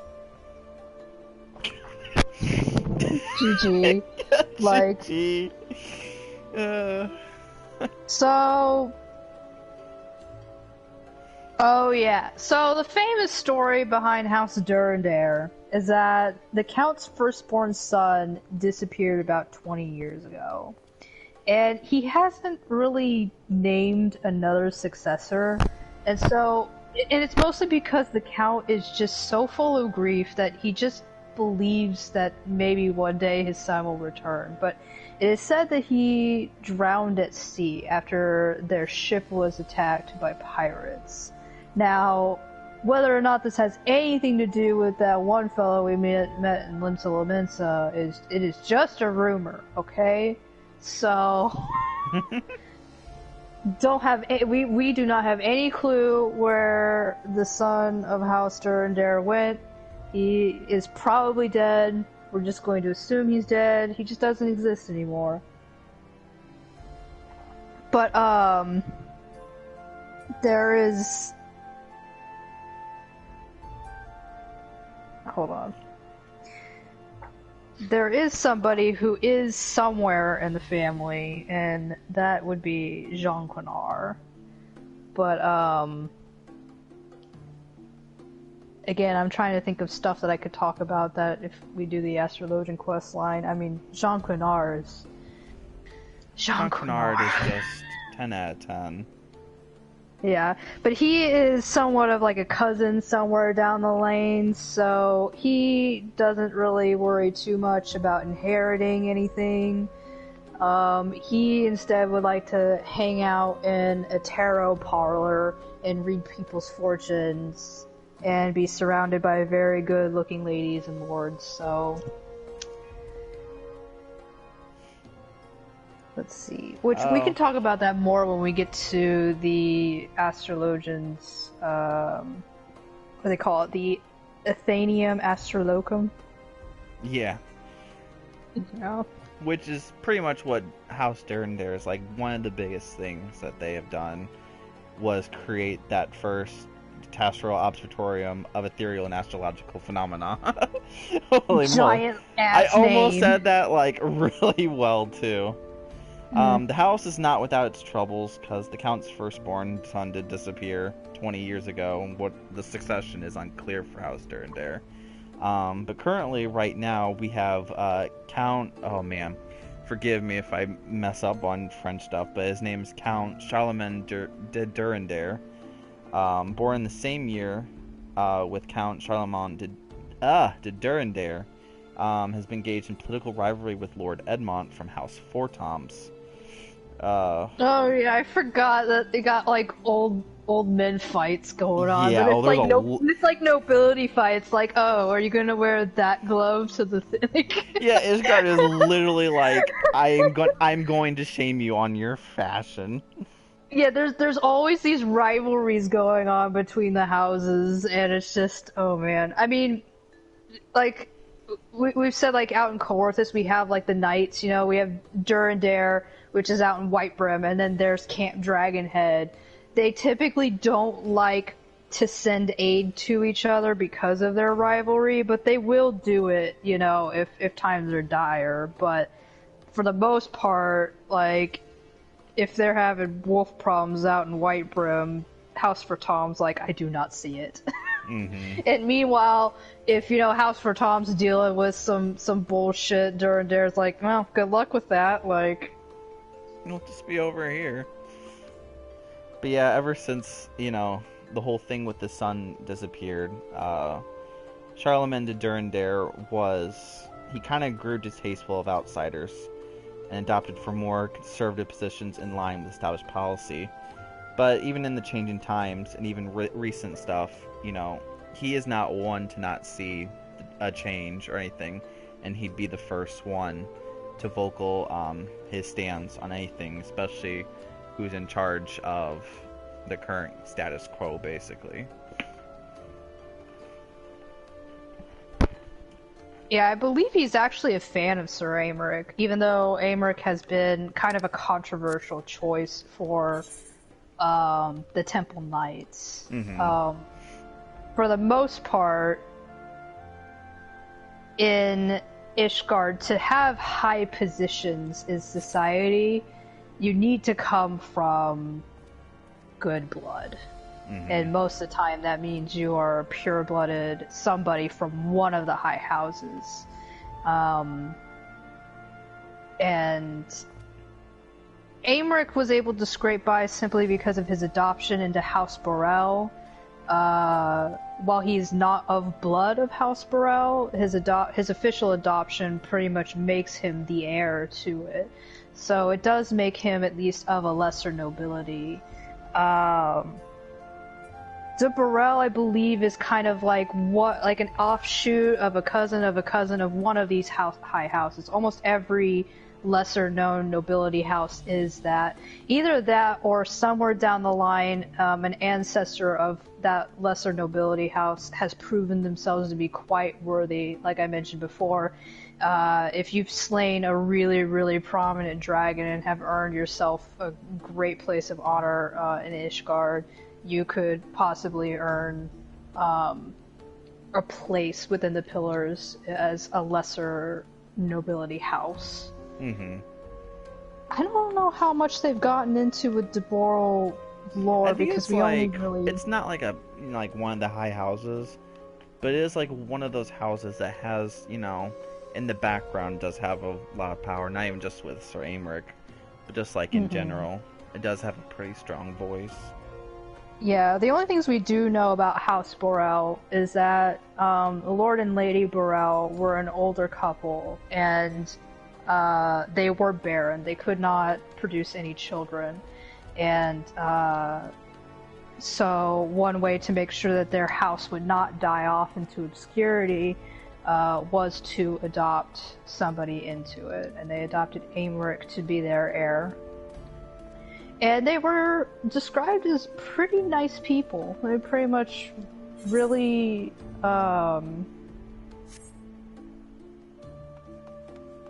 they were well respected, but also very kind to people. Mm-hmm. Especially Lady Burrell, I believe, let's see, as far as I know about her, I think she taught Aymeric a lot about how to operate in high society. And I believe his father taught him a lot about how to wield a sword and how to be a knight. And I know that his sword Naegling was a gift from Lord Burrell to Aymeric as he started to rise up in rank as a soldier.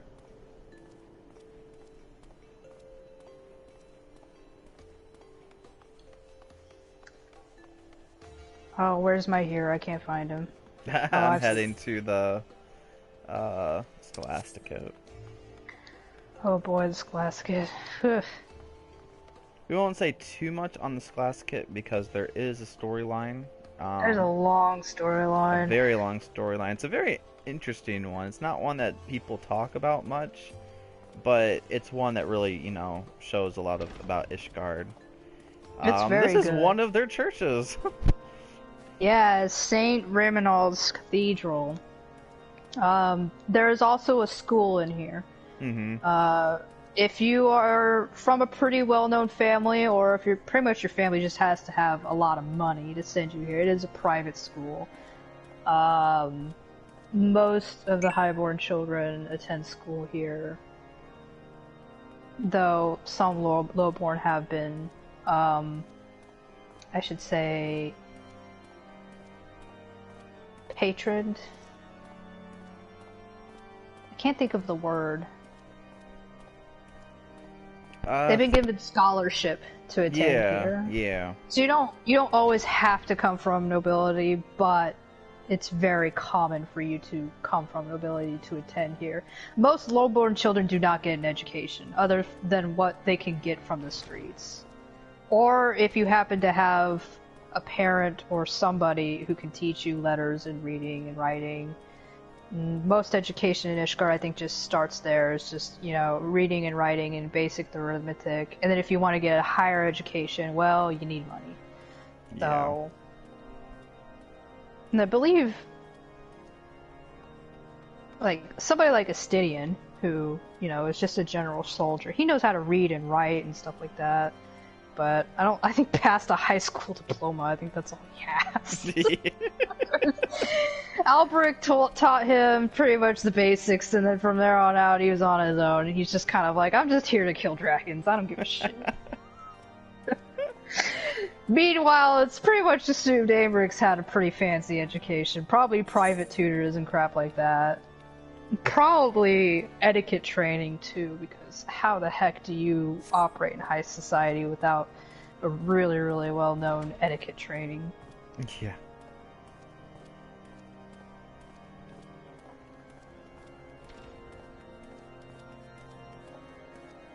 Alright. Now we're just making our way downtown. Oh, this building. This huge building. You've probably seen this building when we're outside Coerthas Central, as well as when we've been walking around here. I mean, it is the highest building and the largest building. Yeah. And that is the vault. The vault. The beautiful vault. Now, this is the seat of power where the Archbishop resides. It is pretty much where everything operates out of Ishgard when it comes to the most holy. Pretty much it is the largest church in Ishgard. It is where the Heavensward operates. It is where the Archbishop resides. I can't really say much because, again, the story will tell us so much more. The vault is a huge key point in the story. Mm-hmm. But just know it's where the seat of the Archbishop resides. Kind of like if you think about in Rome, you know, we have the Vatican. This is pretty much like... This is the Vatican. Mm-hmm. And as you go down the center, you also see the Knights 12. That's also with the vault. Yeah, these are the original Knights 12 that came to Ishgard with the original King Thordan. Oh, this place is called the Architects. Which... Now, in the battle, the original battle with Nidhogg, a lot of these knights fell. There were 4, plus King Thordan's son Haldreth, who survived. Now, the 4 knights would become the High Houses of Ishgard. There was a Durandar, Zamael, Fortam, and Holinar. And as part of the original Founding Fathers, they pretty much solidified their place in Ishgard as the most elite. Haldreth did not choose to take his father's place to rule Ishgard. He instead decided to roam the countryside and keep the Dravanian horde off of Ishgard, pretty much fulfilling his duties as First Azure Dragoon. He eventually died. And he left the 4 knights to sort of govern amongst themselves, and they decided that the best way to govern Ishgard was to rule from these 4 houses, and plus have an archbishop, which would take the place of their King Thordan.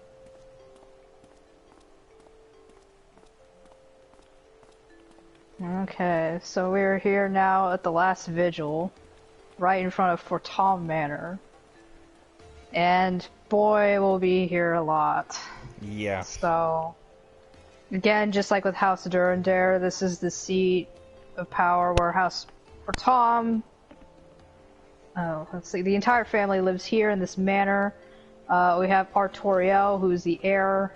Manelaine, who's the brat. And Hachafont comes in and out of here, but he mostly lives in Camp Dragonhead, but he's allowed inside the manor, so... And I believe he has a room of his own here too, so... Pretty much House Fortam's is the one... It's one of the one houses that actually wants to aid the company of the outside.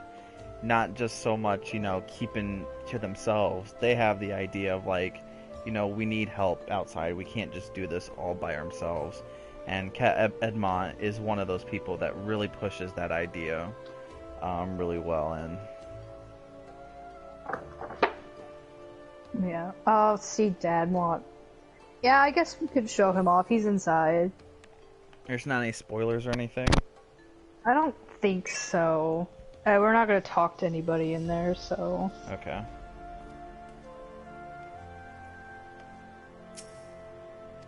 You know, we should really show off the house for Tom Stewart, you know, the real hero of the hour. The steward, yeah. He so shows this you is to House your for room. Tom's Manor. I won't be talking to anybody because I will be saying spoilers, but I will show off the people. The real hero of the hour right here.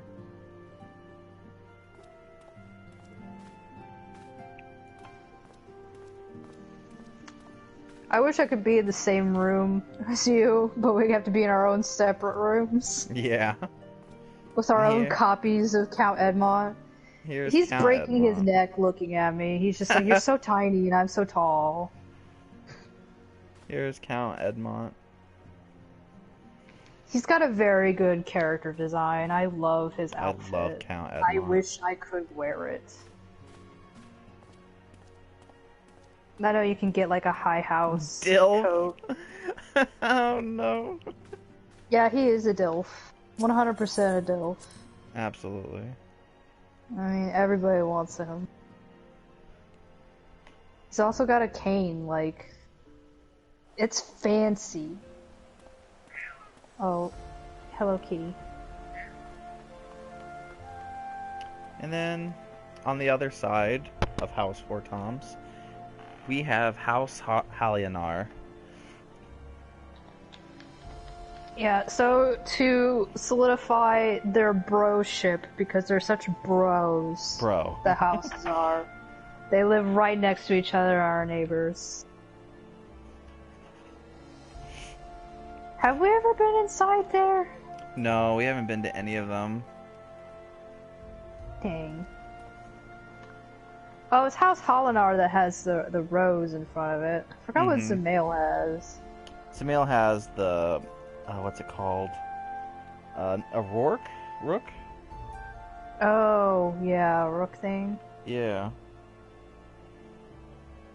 Well, wish we could go in there, but even though we are personal friends with both Francel and Stefanovic, we cannot go inside.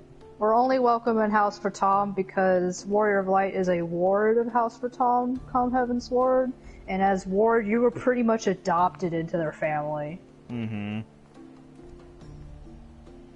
House Halinar is also, like we said, is also... They're the ones that do the arms and armor for the military. And they're the ones that began the idea for the Skysteel manufactory. Sir Francel, his fourth-born son, his daughter Leonard, who also governs over the Sea of Clouds area. They're pretty much the ones that are always, you know, the ones that would come up with different types of arms, types of armor. And, you know, they have a really good relationship, like we said, with House Four Toms. A lot of people that we actually find in the story are actually from House Halinar. And, you know, there are a lot of they're a good house that helps bring in change. I think it's a really good way to describe their house. They're also the Hufflepuffs. They are definitely Hufflepuff. They're not very strong, but dang it, do they got really big hearts. And also, like, I die for Francel. Like, I almost have, so, you know. And Stefanovin's also a goober I'd die for, like... Yeah. Alright. So, I guess we'll head back up north, and then kind of do, like, another ringabout. Because... Or we can just go down... Oh, you want to show the tribunal yet? Not yet. Well, the tribunal, isn't that by the congregation? It's by the vault. Oh. I just wanted to showcase this here because I always like to look off and see. Somebody tried to commit suicide once off this edge. Oh, you are correct. Yeah. There's a side quest where you meet some guy. Actually, isn't there a couple of times where you find somebody going, There's I'm a gonna few toss times. There's a myself lot of off. few people where a This lot is of like a elves are just suicide. like, we're just gonna do it. My life is ruined. I'm going to cast myself into the abyss, and Warrior's like, oh my Oh god, like my this is the god, third no. time this week. Kind of actually, when you look down, even at nighttime with all the snow, that is very daunting. You're not surviving that. You're dead. Also, like, what is safety here? Look at the freaking railings on this, like... Their main motto is when you walk in the door, you just cast it into the abyss. It's like, I hope you never slip on anything in Ishgard, because that's a long way down.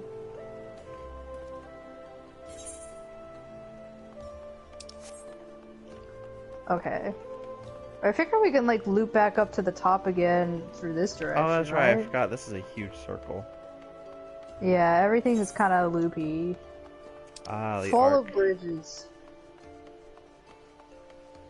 And more stairs. Lots and lots of stairs. Ooh, more stairs. I always like this old couple over here. Just looking at each other for ages and ages. True love.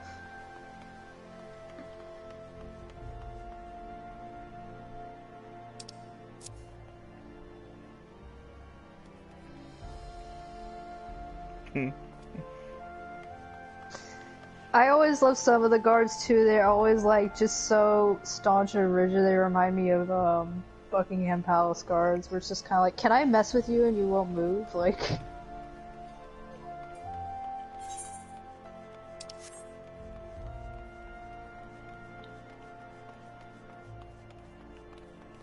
Alright. Oh, this place. Again, long-winded things. Supreme Sacred Tribunal of Hellenic Inquiry. Doctrine? Inquisitory You have Doctrine. come to the floor of Judge Judy. It is Judge Judy. It is Judge Judy. This is literally Judge Judy. This is a courthouse where they practice Ishgardian law, but instead of going up and testifying in court, they literally just plop you down to arena, hand you a sword, and tell you to go fight somebody. And you're like, okay. Okay, I believe you. You know, I would love for Ace Attorney to do a crossover in this courthouse alone, where it's just kind of like, no more talking, we're in a sword fight now.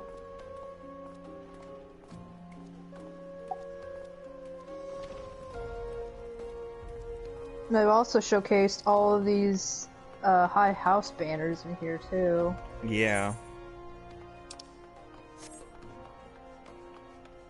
I turned around and Hachi's just behind this brazier. Oh, good. Hachi's been stalking us for a while.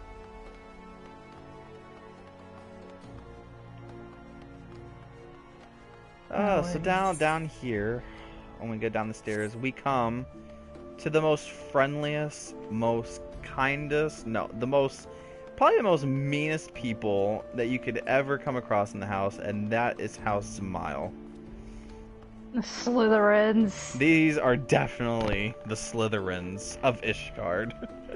So, pretty much in a lot of side quests, and almost in most of the main scenario too, like, if something is going down and somebody's being mean to another person of nobility, or sometimes even lowborn, it's always House of Male. Like, I'm just like...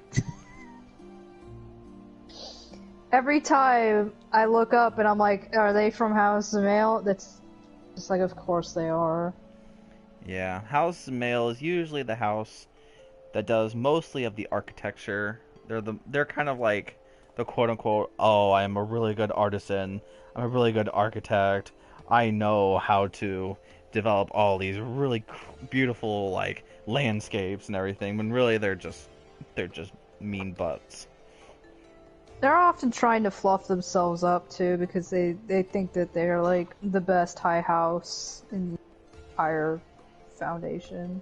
Yeah, but honestly, without House Smile, you know, Ishgard wouldn't have the fortifications that it would have, especially like for places that we've seen out even in Coerthas, you know, they're the ones that have been able to make fortifications, been able to be the good defense for Ishgard itself, because of their house having so many, you know, popular nobles and families having the ability to be able to be the artisans of everything with House Smile. Oh, that does remind me that Count Terrason is actually a pretty swell guy. Yeah. But I think he's retired. I think he's left House Samael in the hands of his firstborn son. So, like, pretty much when counts retire, they just become these old men that just sort of go, I'm gonna just do whatever the heck I want. Terrason's deal is that he's just going to craft things and build stuff. Which, we will meet him, if we do the Moogle quest. Oh, yeah. Yeah, the quote of Zamael is "Hammer goes burr." Hammer goes burr. Oh, boy. This place! The real man, the real myth, the real legend. Athenium Astrolocum.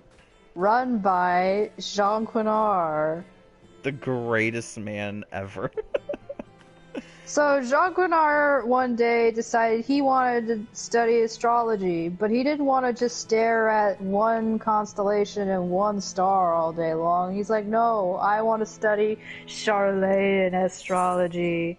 So he went over to Charlatan for a while and studied the way they do it, and came back to Ishgard and was like, hey guys, this thing is really cool. And they were like, fuck off, Jean Quinar. You're just some pomp. And so he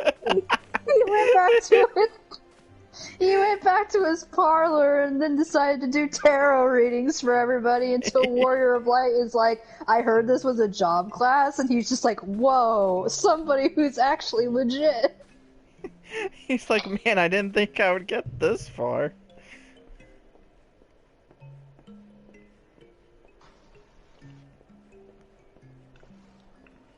Oh, I just wanted to let you know, the Ishgard Fate is in 8 minutes. I don't know if we want to feature that here, but the Restoration Fate has popped. Oh.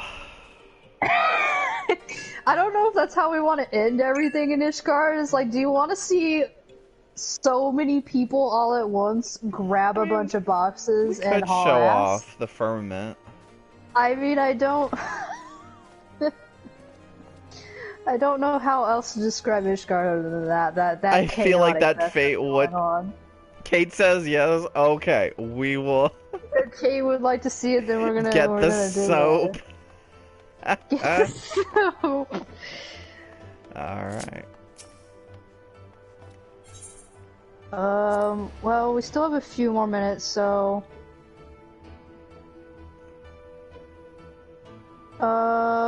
Well, we kind of finished up there. I mean, there was the airship landing to the Sea of Clouds, but again, that will be featured in the storyline.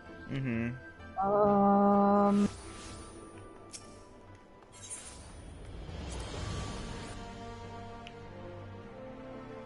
Yeah, that kind of wraps up a lot of Ishgard. Just not in its entirety. And again, we can always revisit everything that we've talked about while we're in the story, and a lot of it will make more sense when it's in the story. And I don't want to do, like, the full details, because again, I feel the storyline will showcase it a lot better than, you know, me just rambling. Oh boy. Oh, Kate would like to see mounts. Mounts? Yeah, when we show off the overworld, we'll show some more mounts. Are you already in the firmament? I am, and I'm already regretting it. Oh boy. We apologize if there's any technical difficulties. There's going to be a lot of people, and therefore our frame rate is going to be... Yeah. So, currently, at the time of this recording, Ishgard Restoration is going on. And being actually awake for one of these events is actually pretty rare. I haven't seen one this round yet. I managed to see one fate that happened last round. So this will probably be the one fate that I see this round.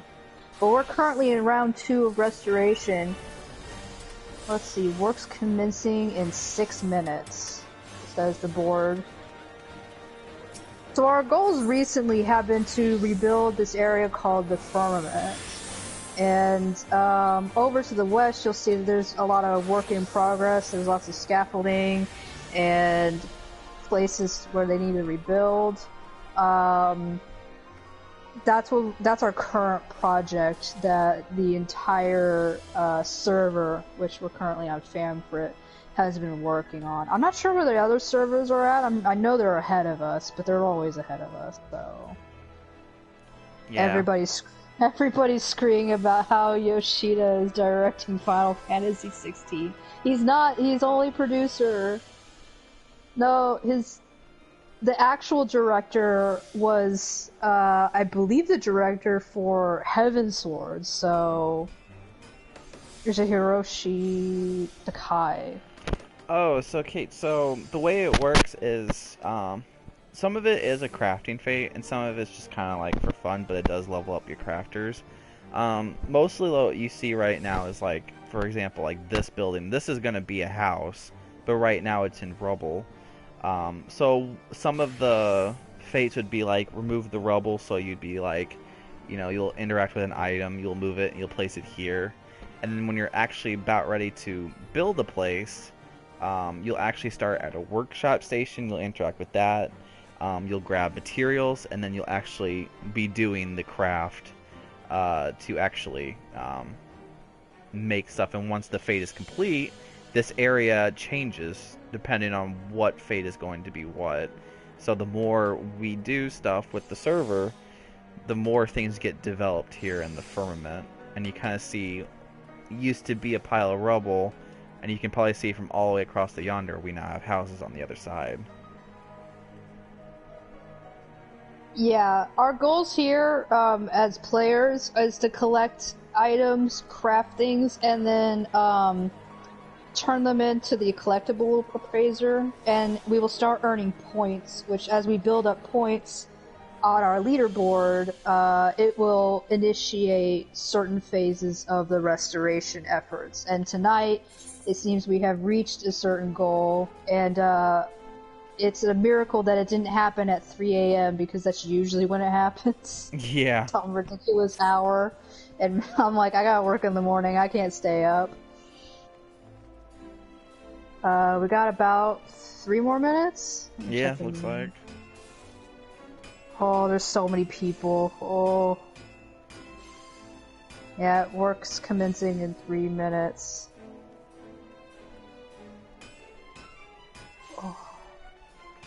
So this is kind of cool that you'll actually get to see this, Kate. Because this is something that happens server-wide, so everyone's going to see this at once. So it's kind of like one of those things where it's like, once you see it once, it's probably like the only time you'll see it. Yeah, this is kind of a rare event. It doesn't happen at any time. And once we are done with this leaderboard, with this season, we won't be able to see things like this happen again. And as we finish this, I think stuff starts transforming. So, like, we'll notice new things start to happen as we build up. Because, like, everything's just rubble and stuff. Eventually, this is going to get cleaned up. I'm assuming this is the cleanup fate? I'm not sure. It might be. Well, we'll see. It's happening pretty soon. I saw a lot on Twitter where they had, like, everyone had the boxes above their heads. Oh, yeah, it's gonna get crazy in a little bit. Yeah, okay, you're gonna have a really interesting experience. This will pretty much sum up Ishgard. Yeah, I don't know how else. Ishgard is a clusterfuck. Oh, commence in 1 minute. Oh boy, Kate, get your popcorn ready.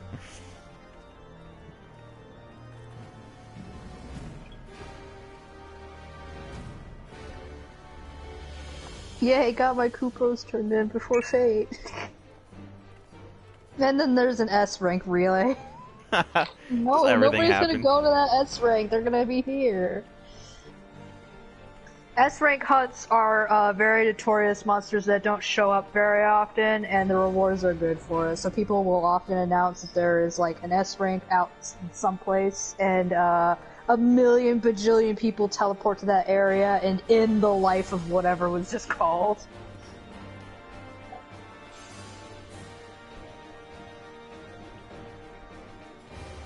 I'm assuming it's going to start around here. A lot of people are congregating here, but more people are by the board. Yeah, I was kind of staying over here so that way I wouldn't get much lag at first. I'm gonna pop off my minion, just in case it might help with the frame rate. Where is it? You know what? This. I'm gonna summon that. Less than a minute.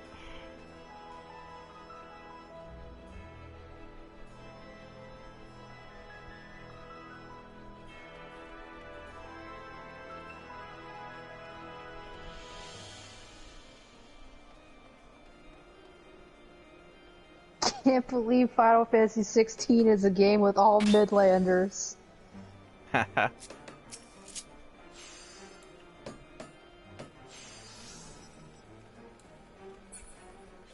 Here we go. Whoa. Disposal. Oh, do you have music on for this? Yeah. Disposal site. Oh, I guess we have. Yeah, the music's so fanfare. Debris must be cleared away for the upcoming construction. Break down large pieces of debris, gather up fragments, and transport them for disposal. So you're gonna see a lot of hacking and slashing. Break those rocks down for Ishgard. Oh, here comes oh, it's the boxes. The boxes.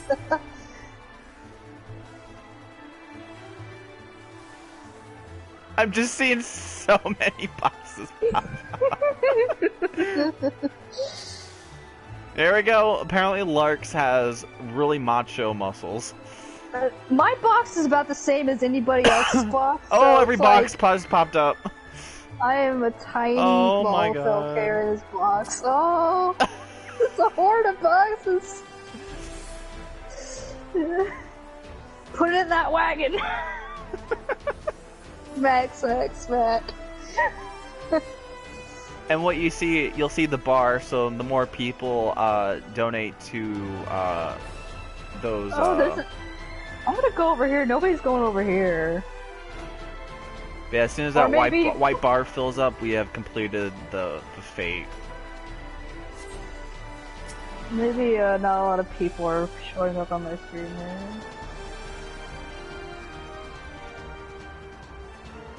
Can't the dragons help? Pumpkin power! I love the chat right now. Use those muscles. I do love this Fate music.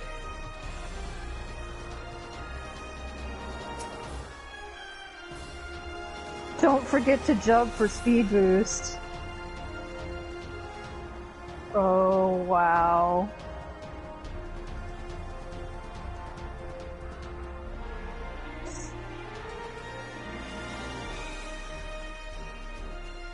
Nobody's putting it in this wagon. I'm gonna put it in this wagon. Can I get a raise at the front of that? Who died? Who died? Who died lifting boxes? I'm so drunk, what is going on?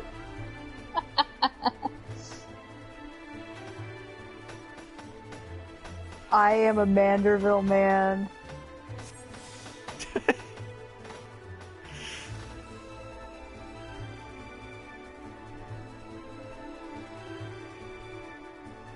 So many boxes. Push God! The music is like delightfully intense for what we're doing. Oh, I see Jub Jub. Oh, he's gone now. In a sea of boxes.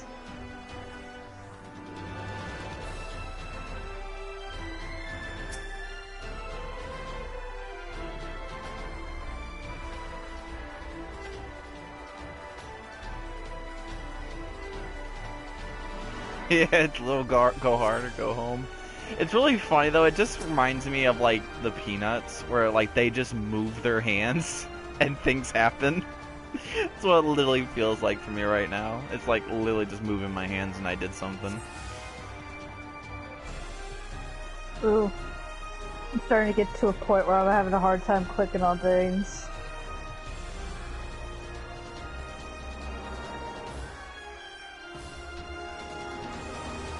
Zuya has made 3 contributions. For 3? For free? My house isn't gonna build itself. It's all getting dumped at the bottom of Ishgard.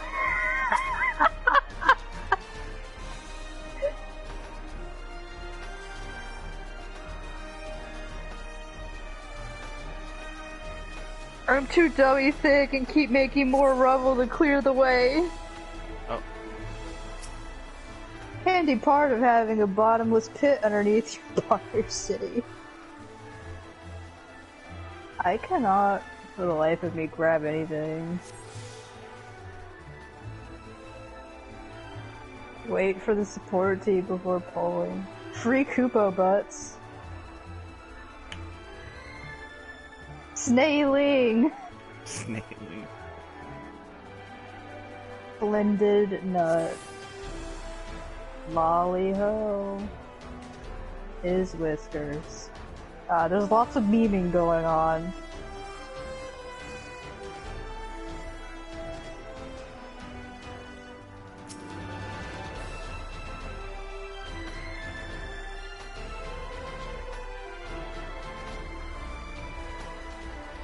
I can't believe this is how you rebuild a city. Like, this is what rebuilding a city actually looks like. Just big boxes.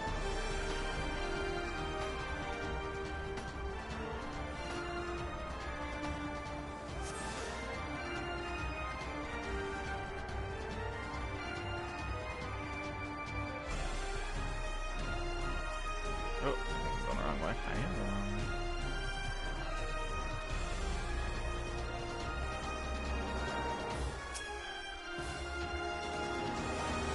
So yeah, once this fate completes where we're at right now, there'll be a little bit of a difference. Not so a big one, because we're not doing the whole crafting one yet, but you'll probably see on the floor and stuff that a lot of debris has been cleared.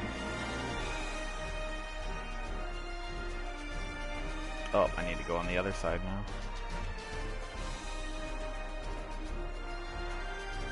See, I like that the whole entire area is the quest, but it's really just like... That one area.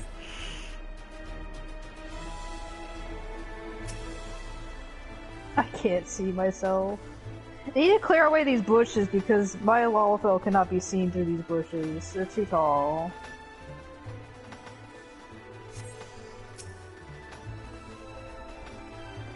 Oh, the white bar is almost done. Bazillion souls, I salute you.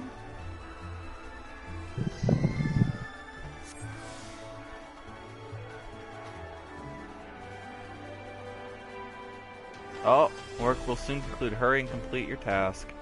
Alright, we're almost there. Firmament Foreman. What is your name, my man? It's just Foreman. Got 1 minute to turn in this last box.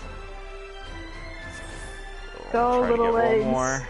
Hopefully I can get one more in. Oh, my little legs. I'm just turning this in and calling it a day, so you guys not gonna put much more effort into this. It's Ishgard. Yeah, I probably won't be able to get one more in, but, you know, I can try. I'm gonna sit here. Oh, there's a nice little cat lady with Eastern attire.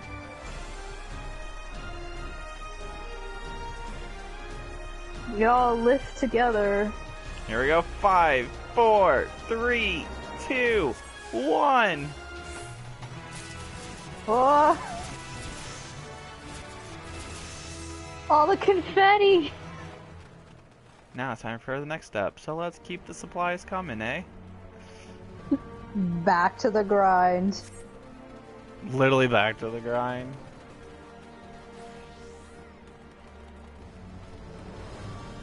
Well, has anything kind of changed? I see a couple new NPCs. I'm glad everyone's just running around and They all seeing. know. Oh yeah, there's new NPCs everywhere. Yep, a lot of the NPCs have moved around. Okay, but seriously, are those guys that kept falling off back? Oh gosh, there's so many people. I'm glad everyone's running to the edges and seeing. They're trying to find if more people are in peril. Oh, here's Lalafell guy.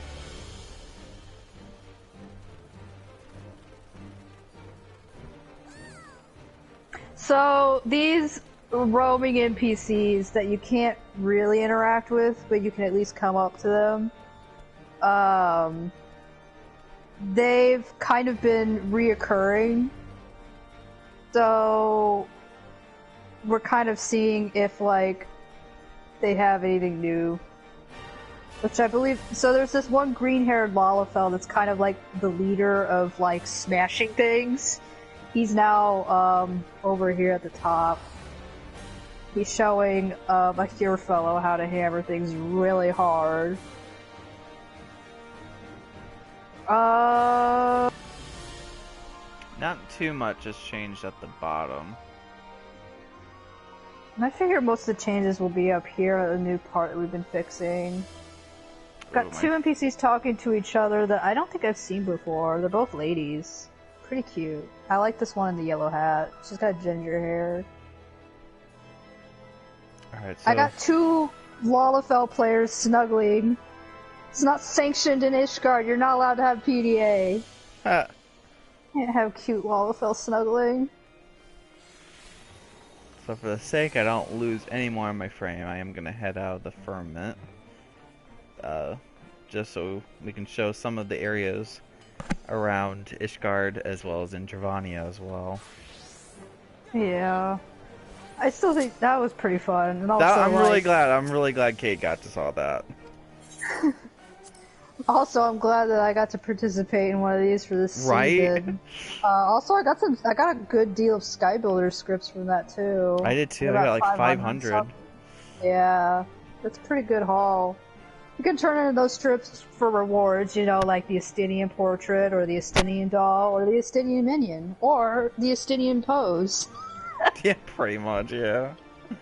Hopefully, at the end of Restoration, we can just buy Estinian. And for free? For free. And now he can't escape us, and he has to be our worker for every quest from here on out. Somebody, before I left, somebody said, I brought Amaric some toads, is that okay? And then I left. What a place to leave at. Buy Estinian and make him bathe. Yeah. Alright, should we show Coerthas Western off first? Yeah, that'll be the next place. Alright, heading that way now. I'm gonna use an Aethernet shard and kinda get to the Sky Steel.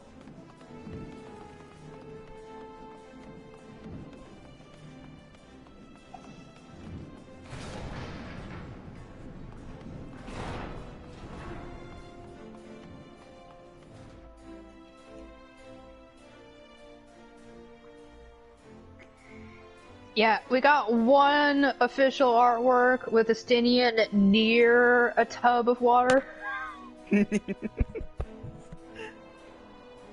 I mean, everybody in Ishgard bathes, it's just about how often. Yeah.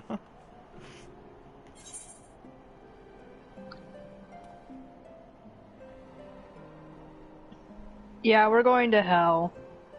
Yeah. And it's one of the first few maps where it actually is a really huge map. This is large.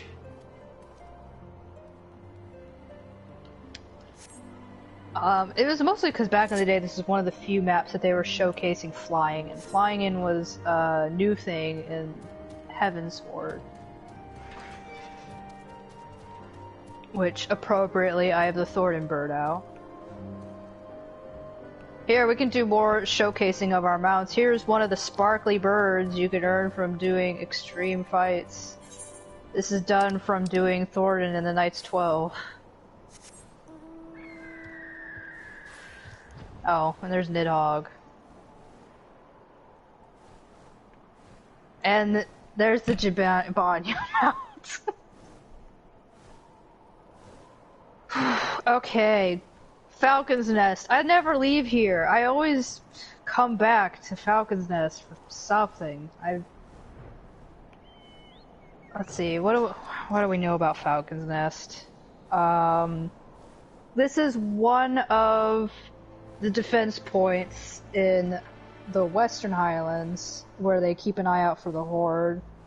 I don't really know. I think mostly Temple Knights operate out of here. I don't think one of the High Houses. No, it's mostly just Temple Knights, yeah. Let me, Well, you will see some House Durandare. I do see some Durandare Knights. Yeah, it's pretty much a barracks for soldiers and knights to come through. There is going to be more of what you would call, I guess, the front lines in Western Highlands. We'll notice a lot of battle spots. And if the music is up high, you will hear quite a forlorn tune. I love the theme of Western Highlands because it is a very sad and somber melody, and it kind of showcases how this entire area is absolutely devastated by both the calamity and the war Ishgard has with the dragons. So, and this place is especially known for having blizzard storms. It is very hard to come here when it's not just storming the holy hell out of the area. So again, we have another very prominent statue. I believe this is of Haldroth himself, the first Azure Dragoon. This is a very old statue. It has been weathered both due to the snowstorms and also dragon attacks.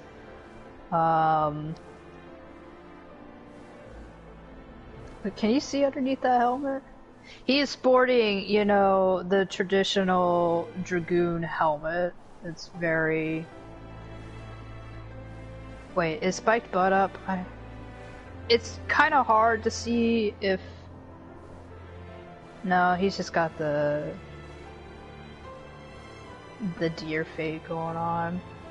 So, around where we are currently, if you keep an eye out, every once in a while, fate will pop up in which Sir Aliambert of the Spiked Butt will make an appearance and fight you, but it is not always guaranteed to pop up whenever you enter this area. So, that's not actually a beard. I believe it's part of the helmet. It's very spiky, and it comes up around the jaw. The ironic part about the Dragoon armor is that it makes them look a lot like dragons. Yeah, it does. There is a bit of a reason behind that, but we'll go into that later.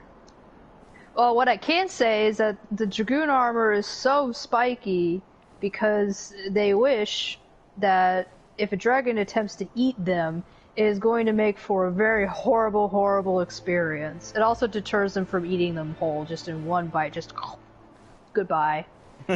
But, the Dragoons live a very hard-paced lifestyle when it comes to fighting in this war.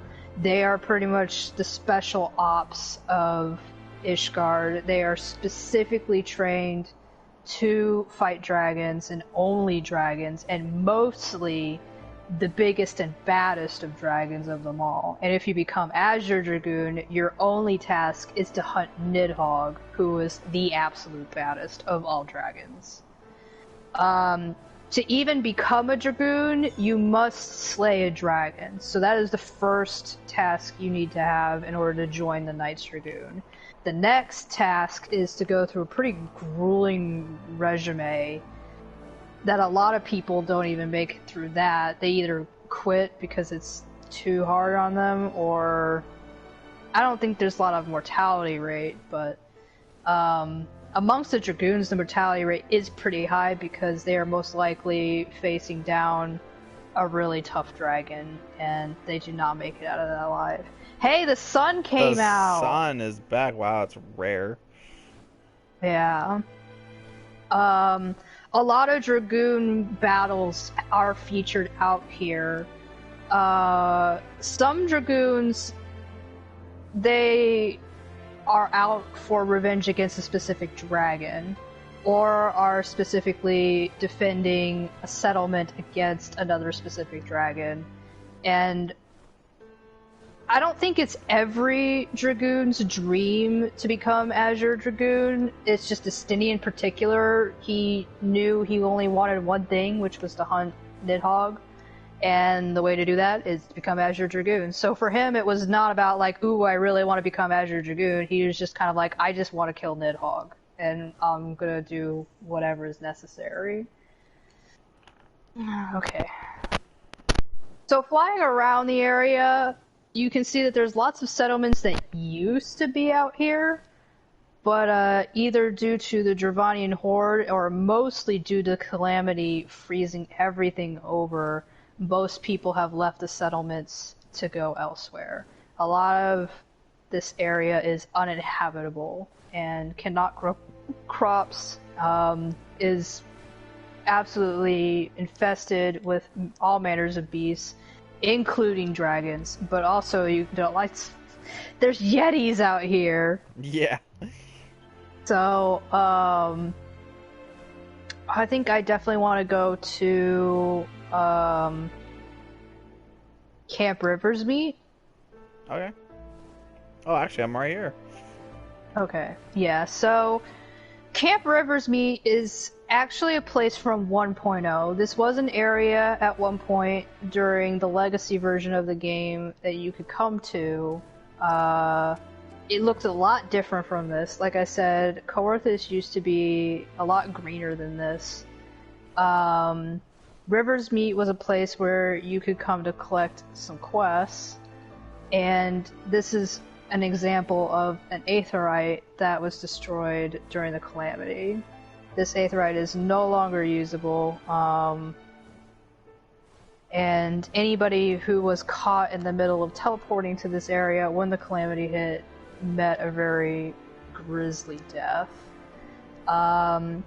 We will be coming here during the story, but they really don't talk about the fact that this was a place adventurers used to come to during 1.0. There may be like some NPCs that might remark upon it in some quests, mostly in side quests, but a lot of this area is a place frozen in time because it was abandoned rather quickly when the Calamity happened, and they established a new camp that's up higher. I believe that's where the Convictory is. The Calamity happened from a Realm Reborn stands 5 years ago. So all of this that you're seeing, all the snow, the barren wastelands, the environmental change, this was all in just 5 years.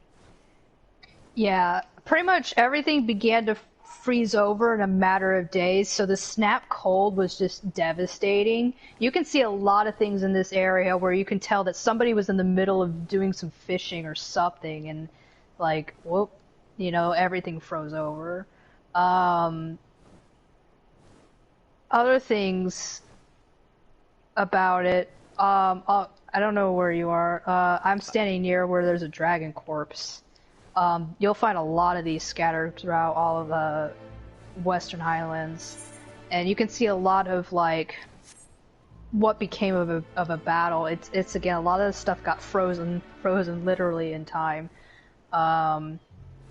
There's a lot of things that if you go looking around for it, you can see that there was a small story going on here, and it's all told visually, not through anything that you can read in text, but mostly what you can connect through watching certain visuals on the area. So, the Convictory, how do I explain the Convictory?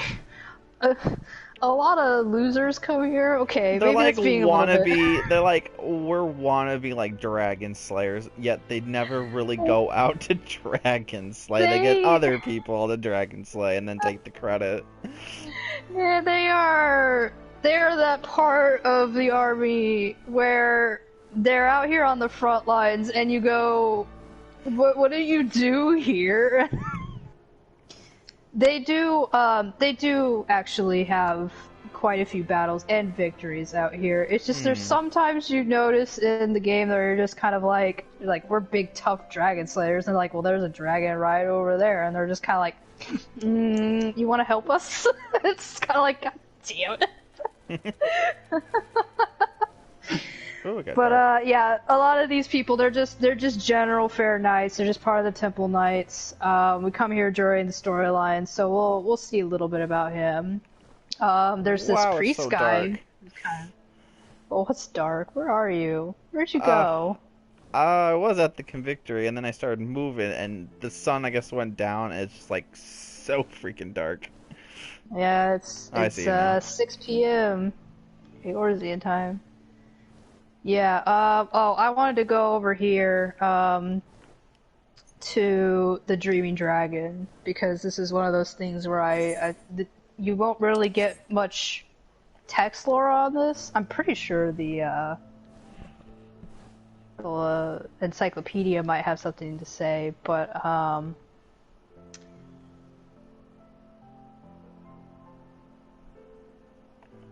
so this is actually kind of a crystal rock formation that looks a lot like a dragon tail, but I'm trying to find that one dragon corpse. It's a little bit past here. Maybe it's up closer. I think it's up. It's around here. I'm trying to remember exactly where it's at. Oh, go a little bit more north.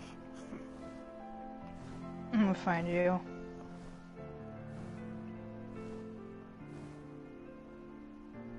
Aha, yeah, I see it.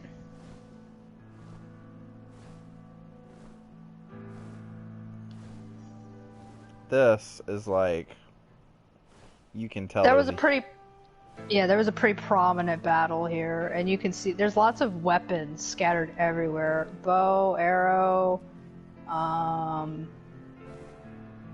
lots of lances. I wonder who was wielding those. But even bigger here. See, I have to imagine that this battle was going on somewhere when the calamity struck, because this is literally just like frozen mid-battle right here. So these things right here come from the dragon killers, and so I can tell that they probably came from the Dust Vigil over here. And like I said, this is again all stuff that you can kind of learn visually. Like the trajectory comes from this big fortress that's over to the north over there, Dust Vigil, which we'll be going over there in a minute. But these big giant harpoons come from dragon killers. But right here in the center of this dragon's eye is a dragoon lance. In fact, it's pretty much Gable. Like, it's just another model of it. But this lance, based on features like the wings on it, the way the hilt is, and also like in the center there's kind of a jewel made to look like an eye. That's not just a lance, that is a dragoon's lance. So again, through context clues, we can tell that there was a dragoon involved in this battle against the dragon. And obviously a dragoon was also participating because they stabbed it in the dragon's weakest point, which is an eyeball, which a lot of dragoons know that.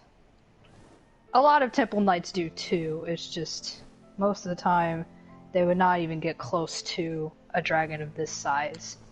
But this is about, if you're a general fair dragoon, this is about the type of dragon you would fight.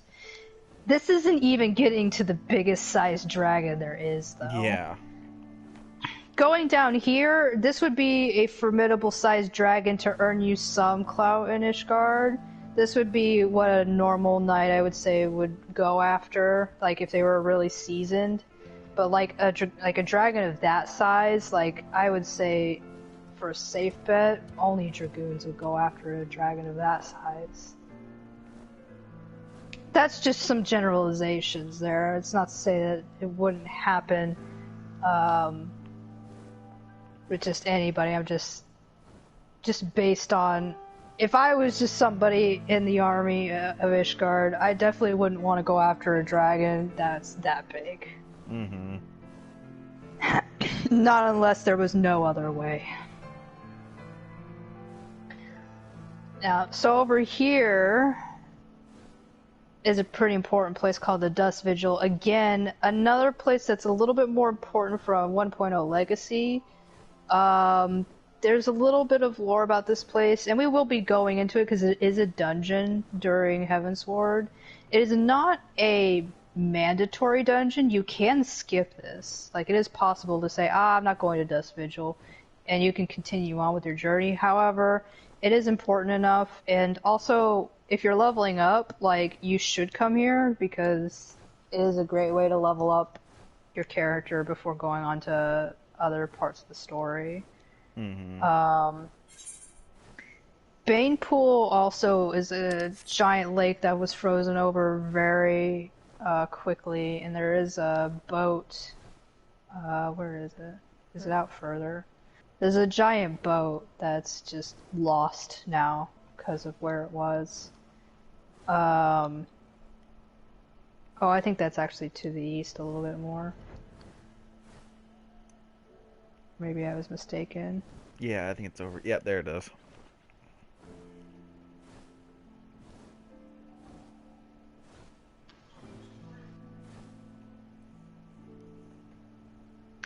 So, the unfortunate story behind the Dust Vigil was that it was a really... What the heck is that down there? Oh, that's the A rank. I found the mammoth. It's huge. Dust Vigil was a very prominent fortress to shield against the Dravanian fort out in the Western Highlands. Sol Yormeric was the knight commander in charge of that fortress. You could even have talked with him during the events of Legacy. He was usually out in Camp Riversmeet handing out quests. When the calamity hit, he and his men held up in the Dust Vigil and waited for Ishgard to give them aid. Unfortunately, between Dravanian attacks and them trying to help various areas that were all being affected by the calamity, combined with the fact that they'd also just lost a lot of people due to the calamity, they could not send aid to Dust Vigil. And slowly everybody who was locked inside died, one after another. So, 5 years later, you, the Warrior of Light, are tasked to go in there, and you're probably like the first person to be in there for 5 years.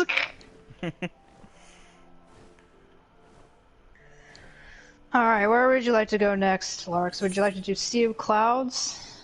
Yeah, since we're right here, we'll do Sea of Clouds.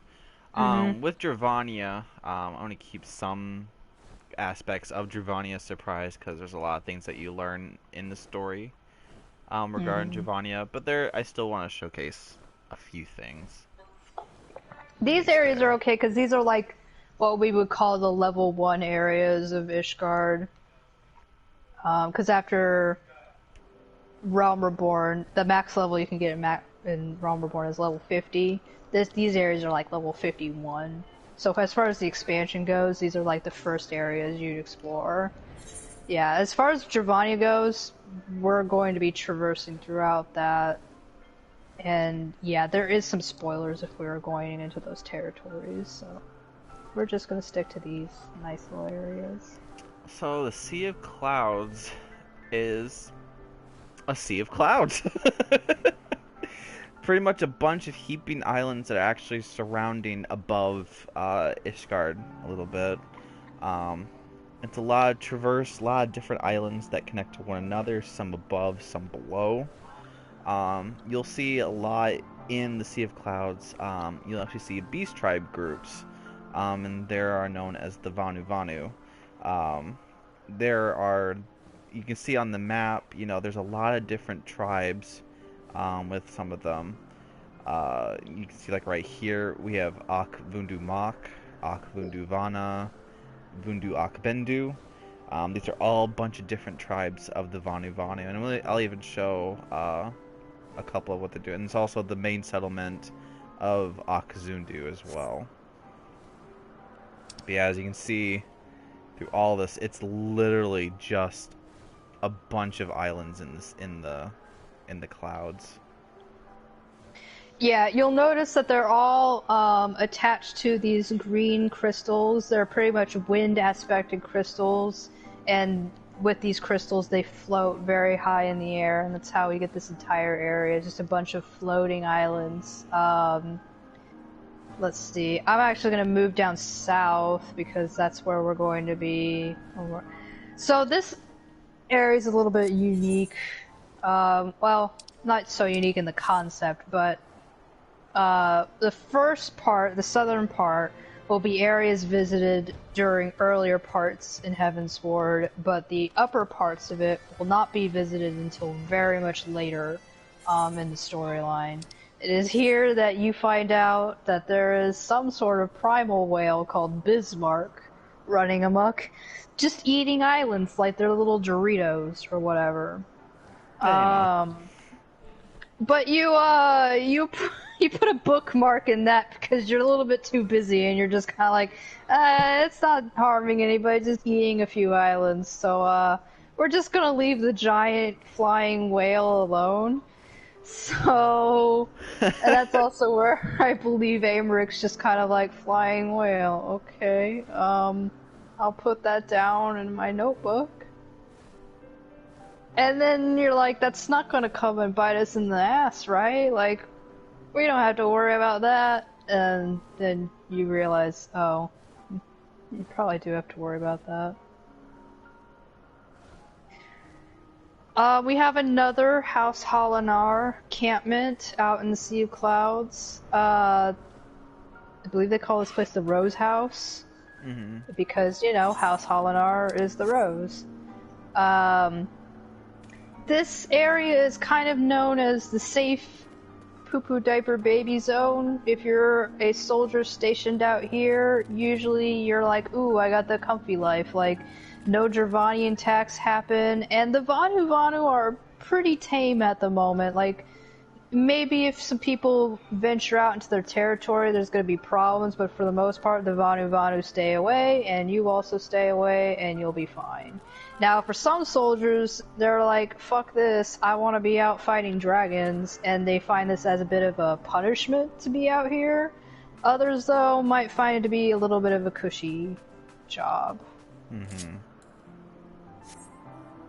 A lot of the goals out here in House Holinar is always to watch the activities of the Vanu Vanu, making sure that, they're not pressing any attack against, like, Ishgard or any of the Halianart encampments as well.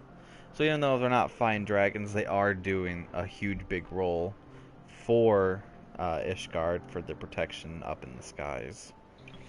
Also, you'll notice that even though we're way up high here, it's not as cold as the calamity-stricken Coerthas area, and they've been able to grow some food up here. Oh, is that at Camp Cloud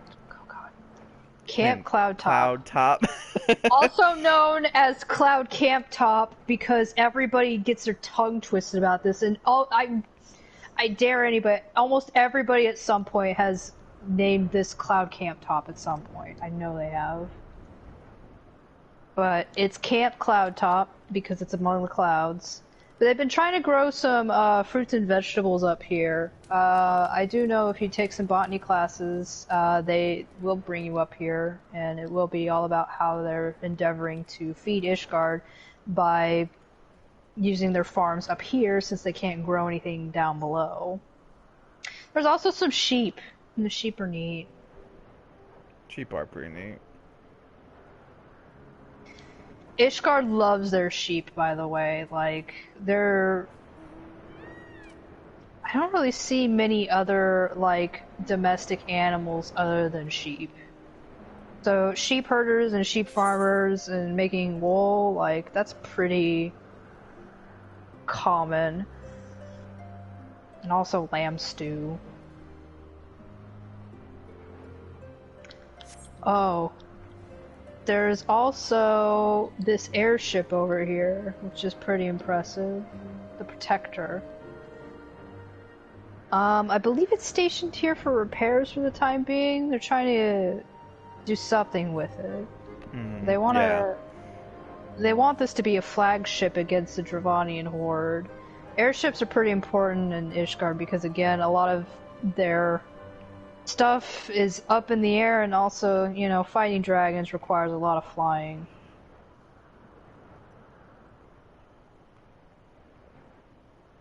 So yeah, that's pretty much the Sea of Clouds.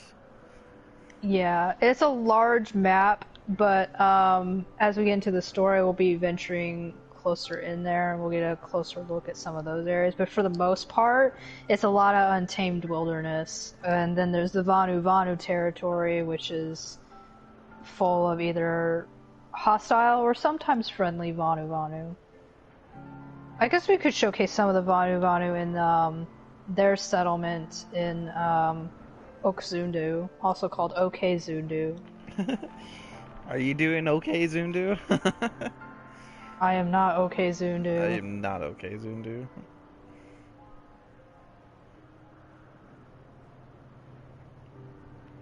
Yeah, so the Vanu Vanu are characterized as being big, fluffy birdmen, not to be consumed with or confused with the Ixal, which are skinny, kind of ugly birdmen. We don't discriminate. Yeah, I don't dislike the Ixal quest, all holy hell, and I don't abhor them for it, that's for sure. So yeah, these are the birdmen. These are all the Vanu Vanu. And what type of dance they are doing right here is one of their sun drop dances. Yeah.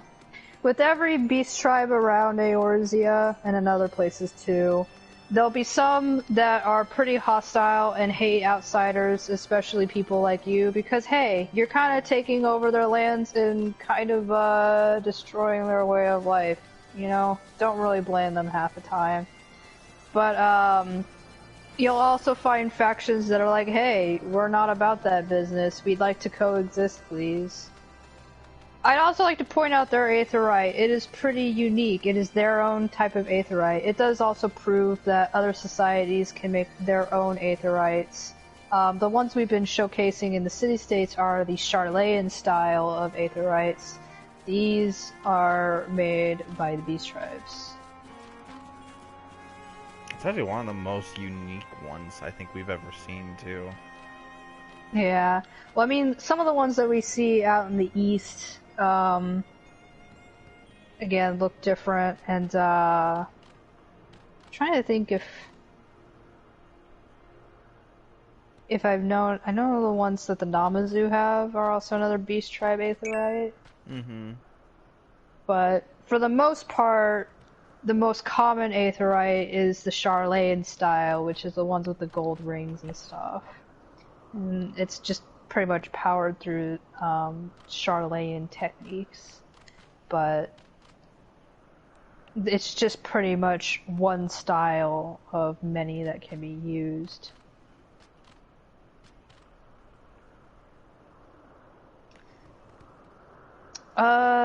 The Vanu Vanu houses are also really unique. They kind of look like turnips.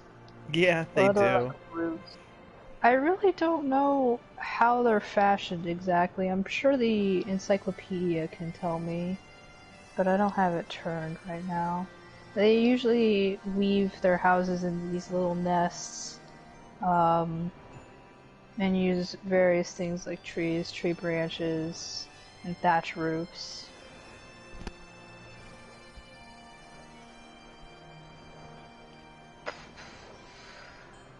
So, according to the map, we should be somewhere just above or either directly above Ishgard. It's kind of hard to tell because when you look down, there's just nothing but clouds. Yeah. And true to its name, it really is just a sea. You can, now since it's dark out, you can see lights flickering down below. It's unsure what exactly those lights are, but we can assume it's the settlements or houses from below in Coerthas. And perhaps Ishgard itself. It's just there's not much definition to it, so it's hard to say what exactly is right below us on this particular part of the map. Also, a recent topic of discussion that's hit Twitter is that the little pockets of maps that we actually get to explore are but a tiny part of what the real big map of Eorzea is. It's just they can't have it. They can't have us exploring the entire continent, or else it might just crash the game. That's a lot of information to program, and that would just bog things down. So they're doing it the right way, where we can have a fun time. But it would be interesting to kind of see what an entire map of Eorzea would be. But yeah, despite how big and expansive these maps are, there's even more world out there. It's just, story-wise, we could just say these are just the places Warrior of Light actually went to. Just like any other person, it's like, okay, not many people can say they've visited all 50 states of America, and even within all 50 states, you can't say you've been to every city, town, road, and whatever. Mm-hmm. So...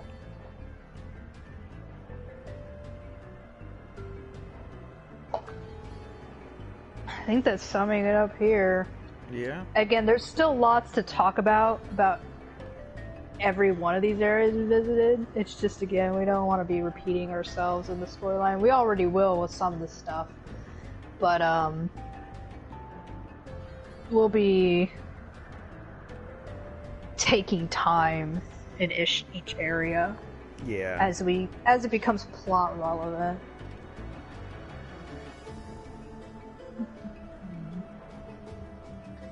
Alright, I think I'll ask if there's any questions from what we've seen, what we've done,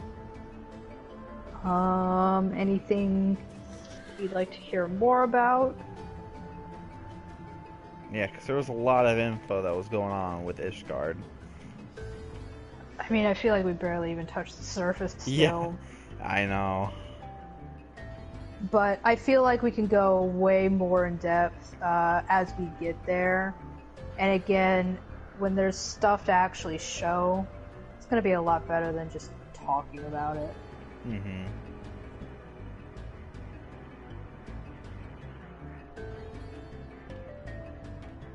Non-thoughts, head Nope. empty. It's a lot to take in. Only boxes. Holy box.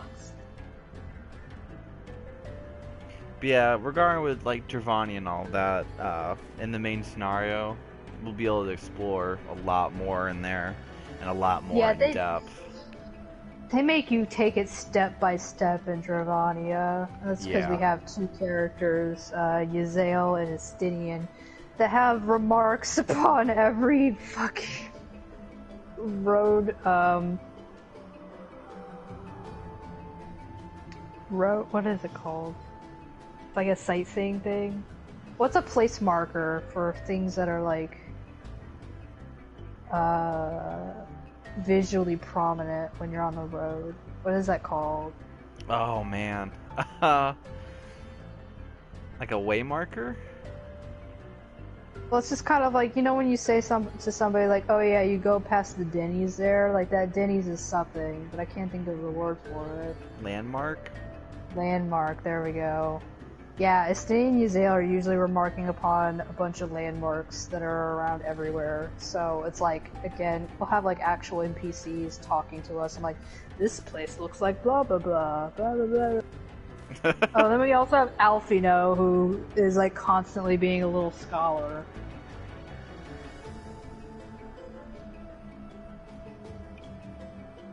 Tourist destination. Tourist Yeah, destination. tourist destination to the dead dragon body. North side of Topeka.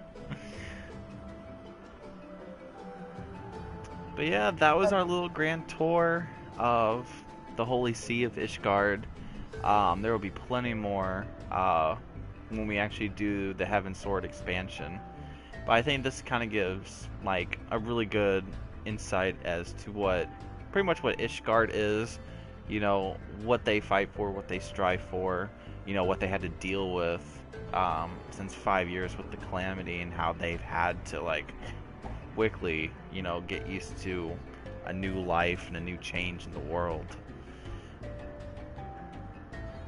Yeah, I think with Ishgard, they have two fronts that they're always fighting against. It's the Dravanians, which has always been a thing for the last, I don't know, 100 years. And then the Calamity, which is just a new added headache to everything they've had on top of it. But they still persevere. They just don't give up. And that is exactly, I believe, the theme of Ishgard.